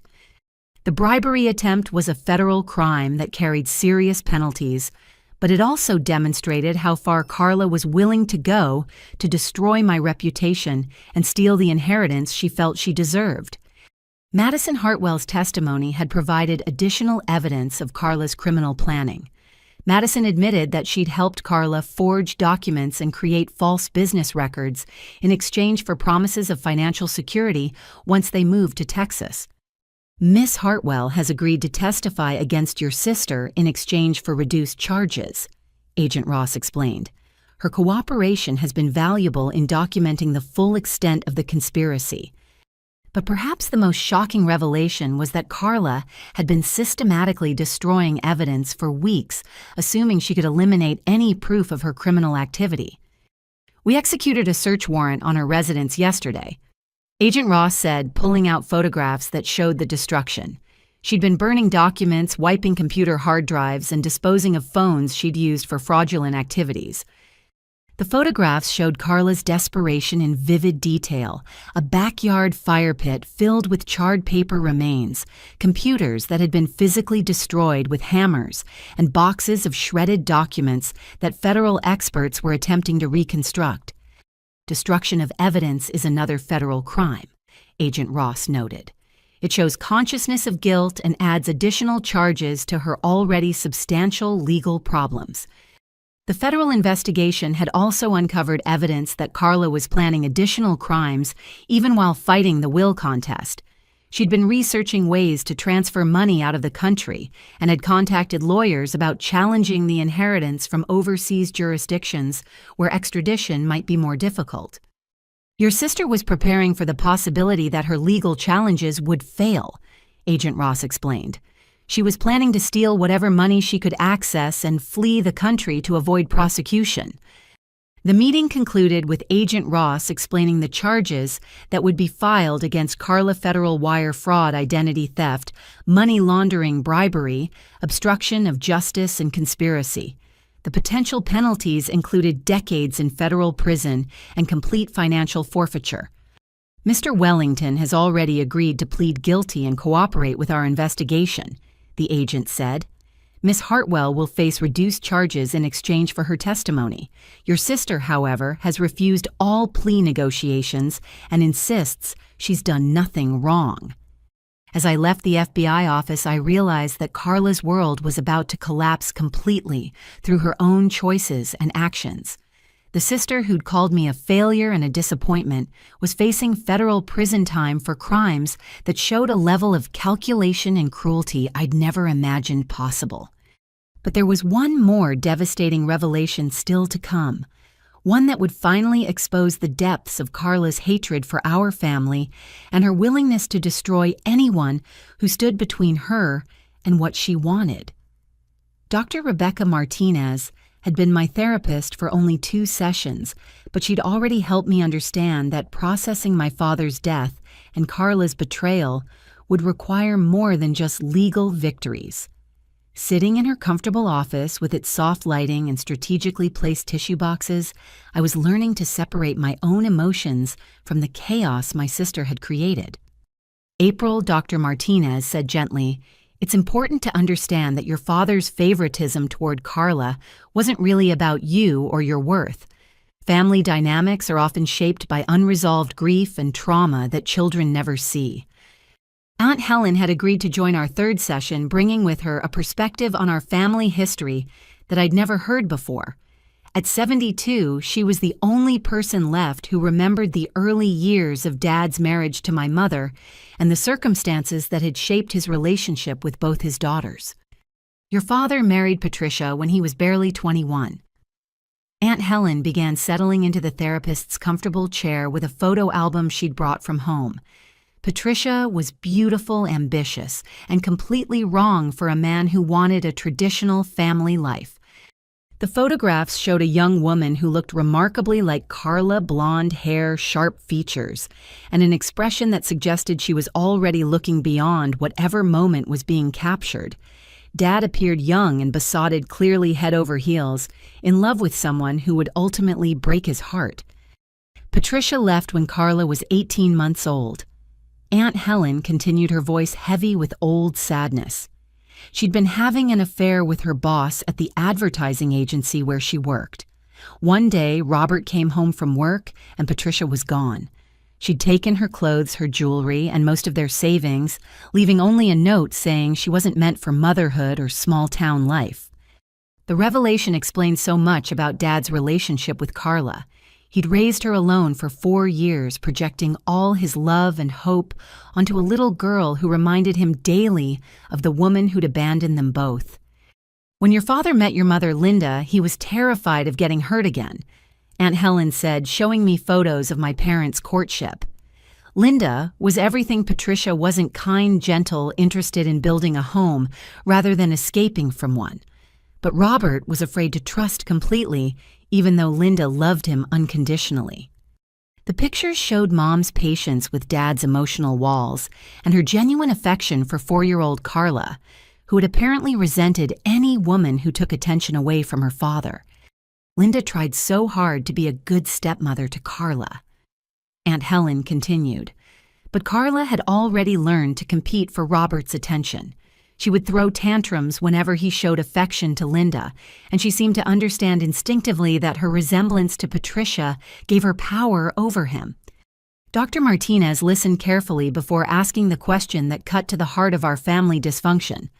How did this dynamic affect Robert's relationship with April when she was born? Aunt Helen's answer revealed the tragic irony that had shaped my entire childhood. April looked exactly like Linda. Same dark hair, same gentle eyes, same quiet personality. Robert loved her deeply, but seeing her was also painful because she reminded him so much of the woman he'd learned to love, but was afraid to trust completely. The photographs from my early childhood showed the visual proof of Aunt Helen's observations. Where Carla had always been posed and performance-ready even as a toddler, I appeared contemplative and book-focused, usually sitting close to Mom while she read to me or helped me with art projects. "Your father didn't know how to navigate his own emotions," Dr. Martinez observed, so he defaulted to favoring the daughter who reminded him of his first love while keeping emotional distance from the daughter who reminded him of vulnerability and genuine intimacy. Aunt Helen pulled out letters Dad had written to her over the years, documents that revealed his growing awareness of his own mistakes as a parent. Reading his private thoughts was like discovering a completely different person hidden behind the emotionally distant father I'd known. I watch April with her students. One letter from 5 years ago read, "And I see Linda's same patient kindness."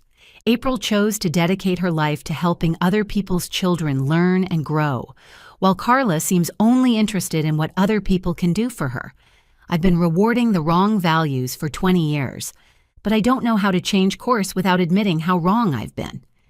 Another letter, written just 6 months before his heart attack, showed Dad's desperate desire to repair our relationship. "I drove past Lincoln Elementary today and watched April on playground duty. She was kneeling in the dirt to comfort a crying first grader completely unconcerned about her clothes or her schedule. I sat in my car for 30 minutes wanting to walk over and tell her how proud I am, but I've been distant for so long that I don't know how to bridge the gap I created." The most painful letter was dated 2 weeks after Mom's death from cancer when I was 16. I look at April and see Linda so clearly that it takes my breath away. She has the same quiet strength, the same way of making people feel cared for just by listening to them, but I'm afraid that getting close to April means risking the same kind of loss I experienced when Linda died. It's easier to maintain distance than to risk loving someone so much that losing them would destroy me again. Reading Dad's private struggles with grief and fear helped me understand that his emotional distance hadn't been about my worthiness, but about his own inability to handle the intensity of love and loss. He'd protected himself by favoring the daughter who seemed strong and independent, while avoiding the daughter who reminded him of the depth of connection he'd found with Mom. "Carla represented safety to your father," Dr. Martinez explained. "She was demanding and self-sufficient, which meant he could provide for her without risking emotional vulnerability. You represented the possibility of deep love, which felt dangerous to someone who'd been abandoned and bereaved." But Aunt Helen had brought one more revelation that would completely change my understanding of our family's financial history. Hidden in Dad's papers, she'd found documentation showing that he'd been secretly supporting my education and career for years, despite Carla's claims that I'd been cut off financially. "Your father paid off your student loans," Aunt Helen said, producing canceled checks and payment records. "He also made anonymous donations to Lincoln Elementary that funded the reading program you developed and the classroom supplies you were buying with your own money." The evidence was overwhelming. Dad had been watching my career and supporting it financially while allowing me to believe I was struggling alone. He'd paid for my teaching certification, funded my master's degree classes, and even arranged for Thompson Construction to sponsor several school fundraising events I'd organized. "Why didn't he tell me?" I asked, overwhelmed by this evidence of secret love and support. "Because he thought you were better off believing you'd achieved everything independently," Aunt Helen replied. "He was proud of your integrity and didn't want you to feel obligated to him or dependent on family money." The revelation reframed my entire understanding of Dad's character. He'd been supporting my values and career choice while publicly seeming to favor Carla's ambition. His final will hadn't been a sudden change of heart, but the culmination of years of quiet observation and growing respect for the woman I'd become. "Your father spent his final months researching literacy programs and education funding," Aunt Helen continued. "He was planning to establish a foundation to support teachers like you, but he ran out of time to implement his vision." Learning about Dad's hidden love and support felt like receiving a gift from beyond the grave. The father I'd thought was emotionally distant and disapproving had actually been my secret champion, working behind the scenes to ensure my success, while respecting my need to feel independent and accomplished. But this new understanding of Dad's love also highlighted the tragic irony of Carla's behavior. The daughter he'd favored and supported had betrayed him completely, while the daughter he'd struggled to connect with had been the one to embody the values he'd ultimately come to treasure most. As our therapy session concluded, Dr. Martinez helped me see that healing from family trauma meant understanding the pain that had shaped everyone's choices without excusing the harm those choices had caused. "Your father made mistakes based on his own unhealed wounds," she said. "Carla made choices based on entitlement and greed. Understanding the difference will help you move forward with both forgiveness and appropriate boundaries." Judge Patricia Morrison's courtroom felt like a cathedral of justice as we gathered for the final hearing on Carla's will contest. After 3 months of depositions, evidence gathering, and legal maneuvering, the moment had arrived for a definitive ruling that would determine the legitimacy of Dad's final wishes. Carla sat at the plaintiff's table wearing a navy suit that probably cost more than my monthly salary, but her usual confidence had been replaced by the hollow-eyed desperation of someone watching their entire life crumble. Thomas Kellerman, her expensive attorney, shuffled through papers with the resigned air of a lawyer who knew his case was hopeless but was obligated to see it through to its inevitable conclusion. After reviewing all evidence, testimony, and documentation presented during these proceedings, Judge Morrison began, her voice carrying the weight of absolute authority. "This court finds the claims of undue influence and elder abuse to be completely without merit." Attorney Walsh squeezed my hand supportively as the judge continued her devastating assessment of Carla's legal challenge.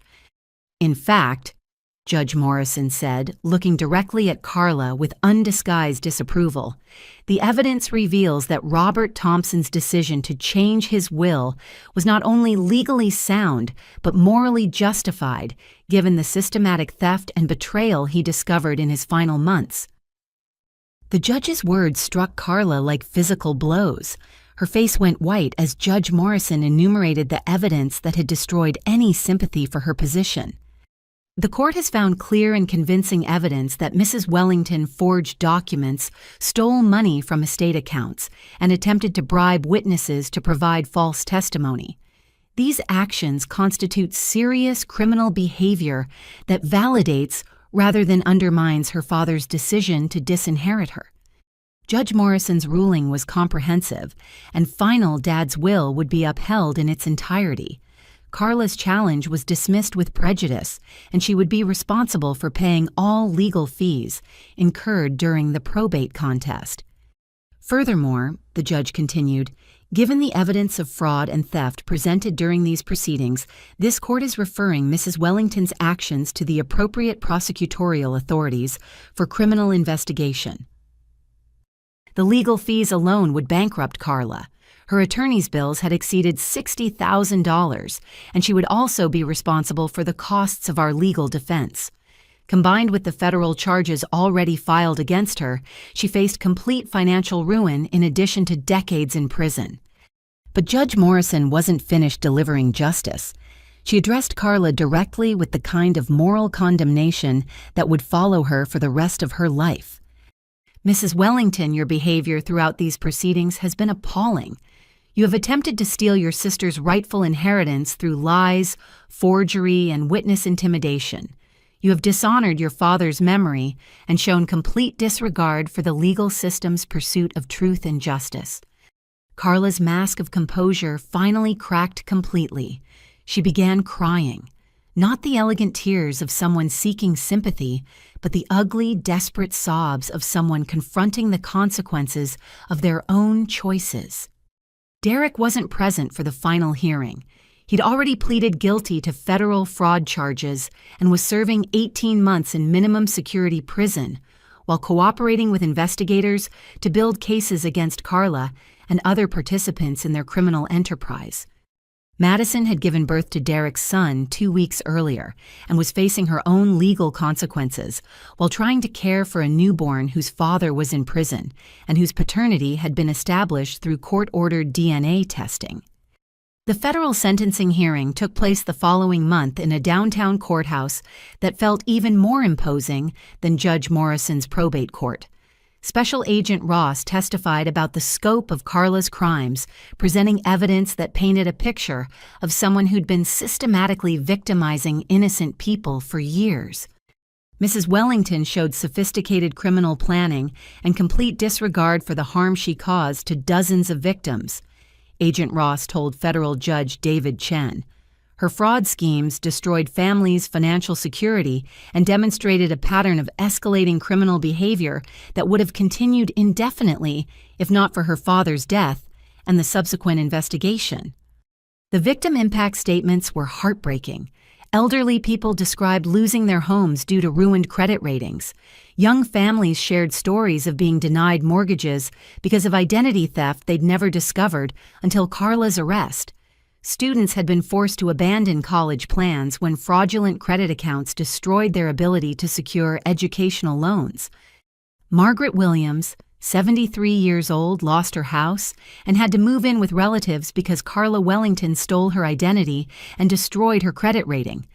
One prosecutor read, Mrs. Williams had never heard of Thompson Construction or Carla Wellington, but her retirement was ruined by crimes she didn't even know had been committed against her.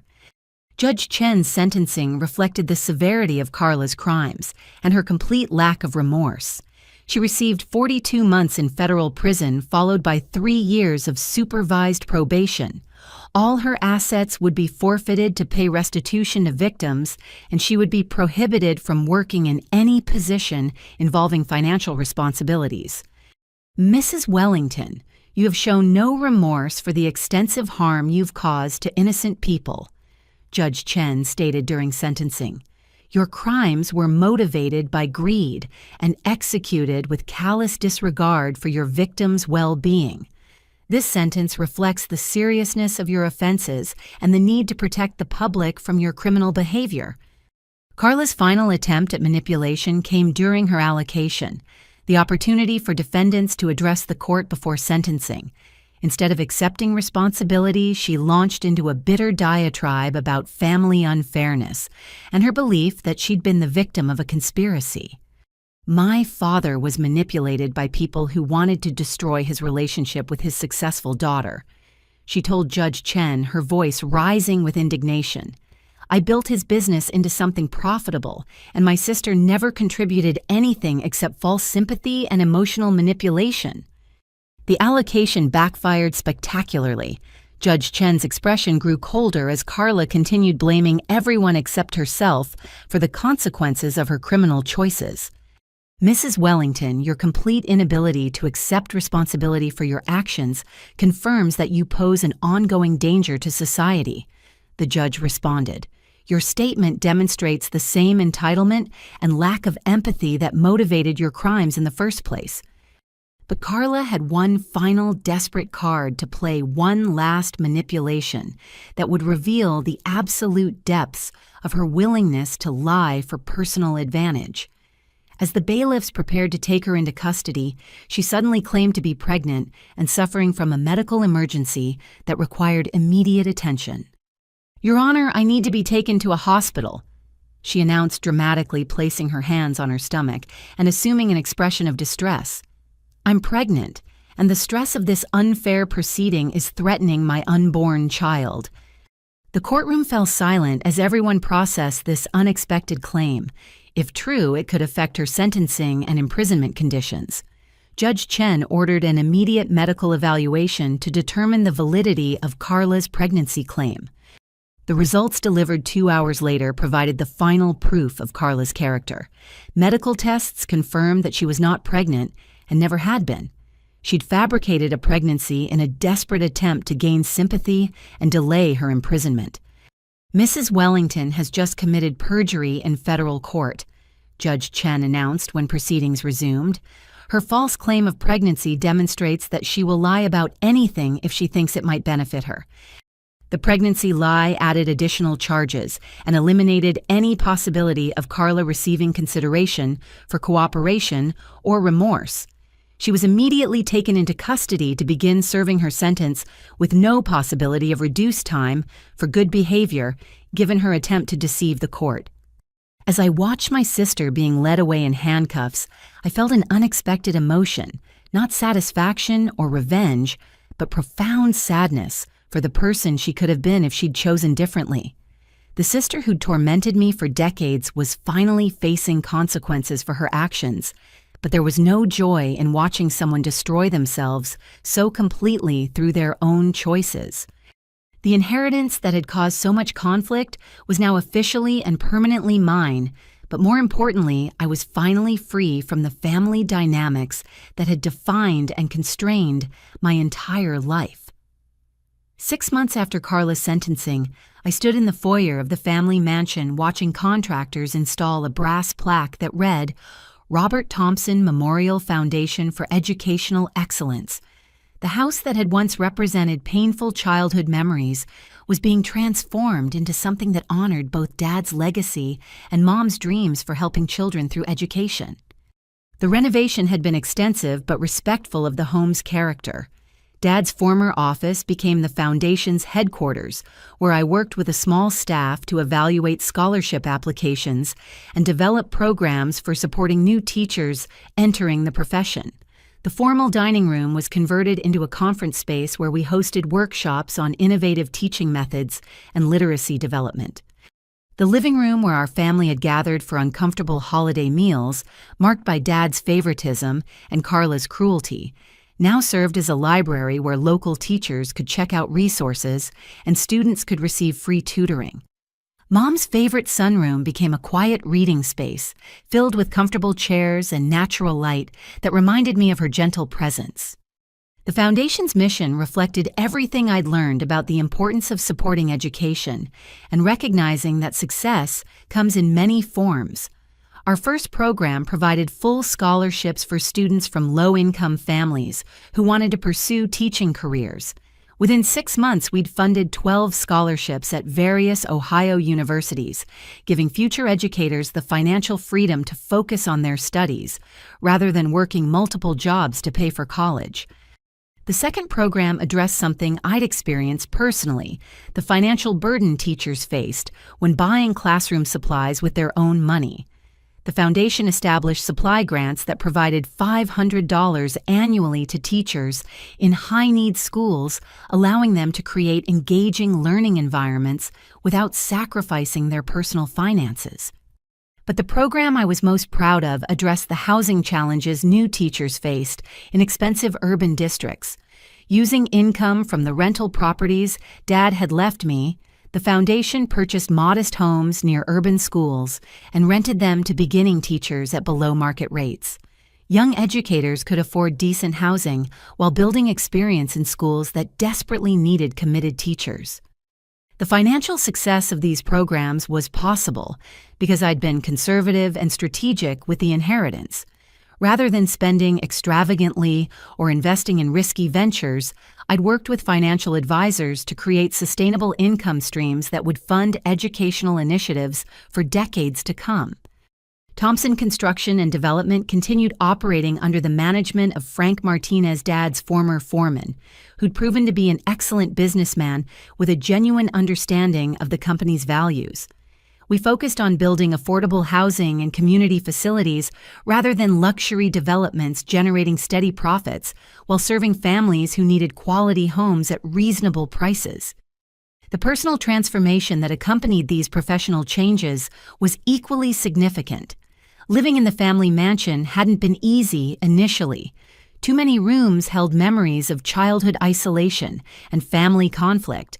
But gradually creating new memories through foundation work and community gatherings had helped me reclaim the space as something positive and purposeful.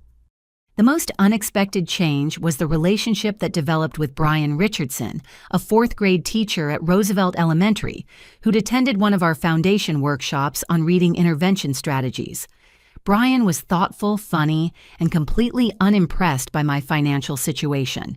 He valued my dedication to education and my genuine care for children, seeing me as a fellow teacher rather than as an heiress or a charity leader.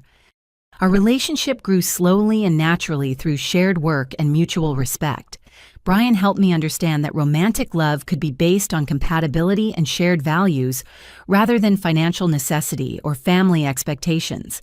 He'd grown up in a stable, loving household where conflict was resolved through communication rather than manipulation, and his emotional health helped me recognize how dysfunctional my family dynamics had always been. "April," he said one evening as we planned a summer reading camp for struggling students, "you've created something amazing with this foundation. Your father would be proud of how you've honored his memory while staying true to your own values." The comment reminded me of a letter Dad had written to Aunt Helen, but never sent one I'd discovered in his desk months after his death. In it, he'd outlined his vision for using his wealth to support education and community development dreams that aligned perfectly with the foundation I'd created. "I've been thinking about legacy," Dad's letter read. "Buildings crumble and businesses fail, but education changes lives for generations. If I could use my money to help teachers like April make a difference in children's lives, that would be worth more than any construction project I've ever completed." Reading his private thoughts had confirmed that the foundation represented not just my own values, but also Dad's evolving understanding of what mattered most in life. The relationship with Aunt Helen had deepened significantly during the foundation's development. She'd moved into the mansion's guest suite, claiming she wanted to help with administrative work, but really providing the family connection I'd been missing my entire life. Her stories about Mom and her honest assessments of Dad's strengths and weaknesses helped me understand our family history with compassion rather than resentment. Uncle Paul visited monthly from Akron, bringing practical advice about managing the foundation's finances and sharing memories of Dad that revealed his capacity for growth and change. Cousin Jessica had become one of our most effective volunteers, using her nursing background to develop health education programs that we offered to families in the community. The foundation's success had attracted attention from other philanthropic organizations and educational institutions. The Ohio Department of Education featured our scholarship program in their newsletter, and several universities had reached out about partnering on teacher preparation initiatives. But the most meaningful recognition came from unexpected sources, former students who'd heard about the foundation and wanted to share how my teaching had influenced their lives. Letters arrived regularly from children I'd taught years earlier, now in high school or college, describing how the confidence and skills they'd gained in my classroom had shaped their academic success. "Miss Thompson," wrote Marcus Williams, now a junior at Ohio State, "I still have the book you gave me in 3rd grade when I was struggling with reading. You wrote, 'Every great reader started with one book on the inside cover.' I'm studying to become a teacher because I want to help other kids the way you helped me." These letters reminded me that true wealth came from investing in people rather than accumulating possessions or status symbols. The money Dad had left me was valuable because it allowed me to amplify the work I'd already been doing as a teacher, reaching more students and supporting more educators than I could have helped alone. The contrast with Carla's situation couldn't have been more dramatic. She was serving her sentence at a federal prison in Kentucky, reportedly working in the laundry facility and participating in counseling programs that prison officials described as minimally compliant. Derek had been released after 14 months, but was struggling to find employment due to his criminal record and the public notoriety of his fraud conviction. Madison had moved back to Cleveland with her son working as a waitress while dealing with the ongoing legal and financial consequences of her involvement in their criminal schemes. The fairy tale escape to Texas had become a nightmare of debt, single parenthood, and social isolation that served as a cautionary tale about the real costs of choosing greed over integrity. But as I prepared for the Foundation's first annual fundraising dinner, scheduled for the anniversary of Dad's death, I realized that their stories had become irrelevant to my own happiness and success. I'd learned to measure my life by positive impact rather than by comparison to others' failures or successes. The foundation dinner would be held in the mansion's renovated dining room, where local teachers, community leaders, and scholarship recipients would celebrate the progress we'd made in supporting education. The menu featured comfort foods that reflected Mom's cooking and Dad's simple tastes, served on everyday dishes rather than the formal china that had made childhood meals feel like performances. As I stood in the kitchen where Mom had taught me to bake cookies and Dad had occasionally surprised us with weekend pancakes, I felt a sense of peace that had eluded me throughout my childhood and early adulthood. The house was filled with laughter and purpose, rather than tension and conflict. The money was being used to help others rather than to maintain superficial status or fund destructive behaviors. Most importantly, I'd learned to define success by my own values rather than by family expectations or social pressures. The family mistake had become someone who made a difference in her community, and the inheritance that was supposed to corrupt had instead become a tool for positive change. But there was still one more conversation I needed to have, one that would complete my journey from bitter family dynamics to genuine forgiveness and emotional freedom. The letter arrived on a Tuesday morning in March, exactly 1 year after Dad's death, delivered in the foundation office by a postal worker who seemed surprised to be delivering mail from a federal correctional institution. Carla's handwriting on the envelope was smaller and less confident than I remembered, but unmistakably hers. April. The letter began, "I don't expect you to read this, and I don't expect forgiveness, but I need to write these words even if you tear up this letter without finishing it." I sat in Dad's former office surrounded by scholarship applications and teaching resource catalogs, holding 3 pages of what appeared to be genuine introspection from the sister who'd tormented me for decades. "I've been in counseling here for 8 months, and Dr. Patricia Miller has helped me understand some things about myself that I never wanted to face," Carla continued. "I spent my entire life believing that success meant other people had to fail, that love was something you had to compete for, and that money was more important than relationships." The letter described Carla's daily routine in federal prison, working in the kitchen from 6 to 2, attending mandatory counseling sessions, and spending evenings in educational programs designed to help inmates develop employable skills and emotional intelligence. "I know this will sound self-serving," she wrote, "but I think I became the person who hurt you because I was afraid of being abandoned, like our father was abandoned by Patricia. I thought if I could just be successful enough, smart enough, ambitious enough, then people wouldn't leave me." Reading about Carla's fear of abandonment helped me understand the desperation that had driven her increasingly destructive behavior. The sister who'd seemed so confident and self-assured had actually been operating from a place of deep insecurity and terror of being unloved. "Dr. Miller helped me see that I turned you into a competitor instead of recognizing you as someone who could have been my ally and friend." The letter continued. "Every time Dad praised your kindness or your teaching, I felt threatened instead of proud. I made you my enemy when you were never anything but loving toward our family." The acknowledgement of my genuine love and kindness felt like a gift I'd waited 30 years to receive. Carla had finally recognized that my devotion to Dad during his illness had been authentic rather than manipulative, that my choice to become a teacher represented genuine values rather than lack of ambition. "I know what I did to you was unforgivable," she wrote.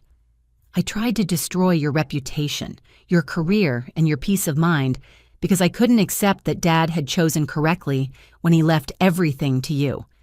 You deserve that inheritance not because you manipulated him, but because you embodied everything he came to value, most compassion, integrity, and service to others." The letter included specific apologies for each cruel act, the public humiliation at my school, the social media harassment, the attempts to undermine my teaching career, and the systematic theft of Dad's money that should have been part of my inheritance. "I stole over $300,000 from Dad and from the people whose identities I used for credit fraud," Carla acknowledged.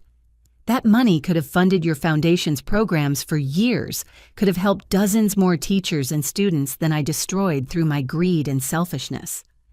But the most powerful part of the letter was Carla's description of learning about the Foundation's work through news articles other inmates had shared with her.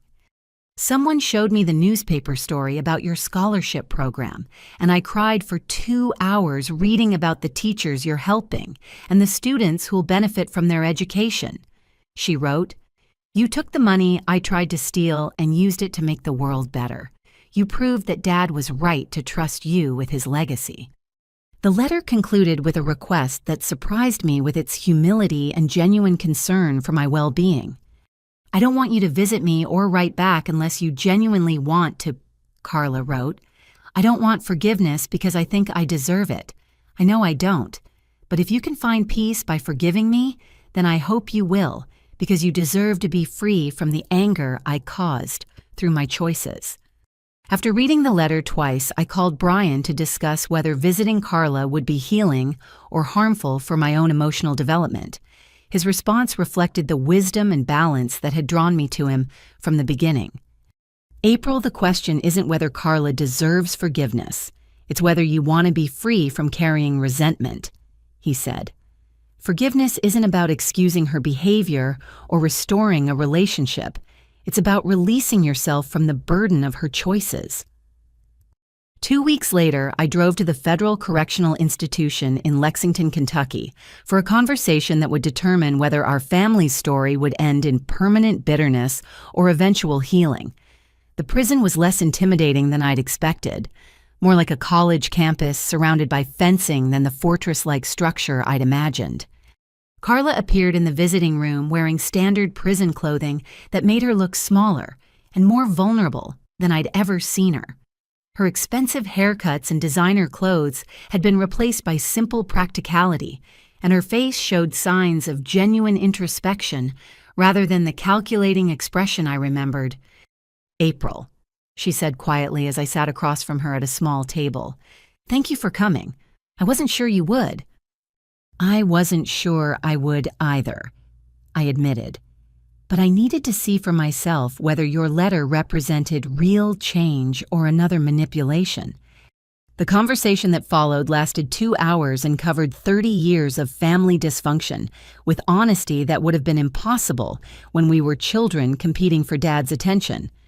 Carla described the counseling process that had helped her recognize her destructive patterns and accept responsibility for choices she'd previously blamed on others. "Dr. Miller made me write letters to every person I'd hurt, including all the identity theft victims," Carla explained. "I had to acknowledge specifically what I'd done and how it had affected their lives. Writing those letters showed me that I'd become a person who destroyed other people's security and happiness for my own convenience."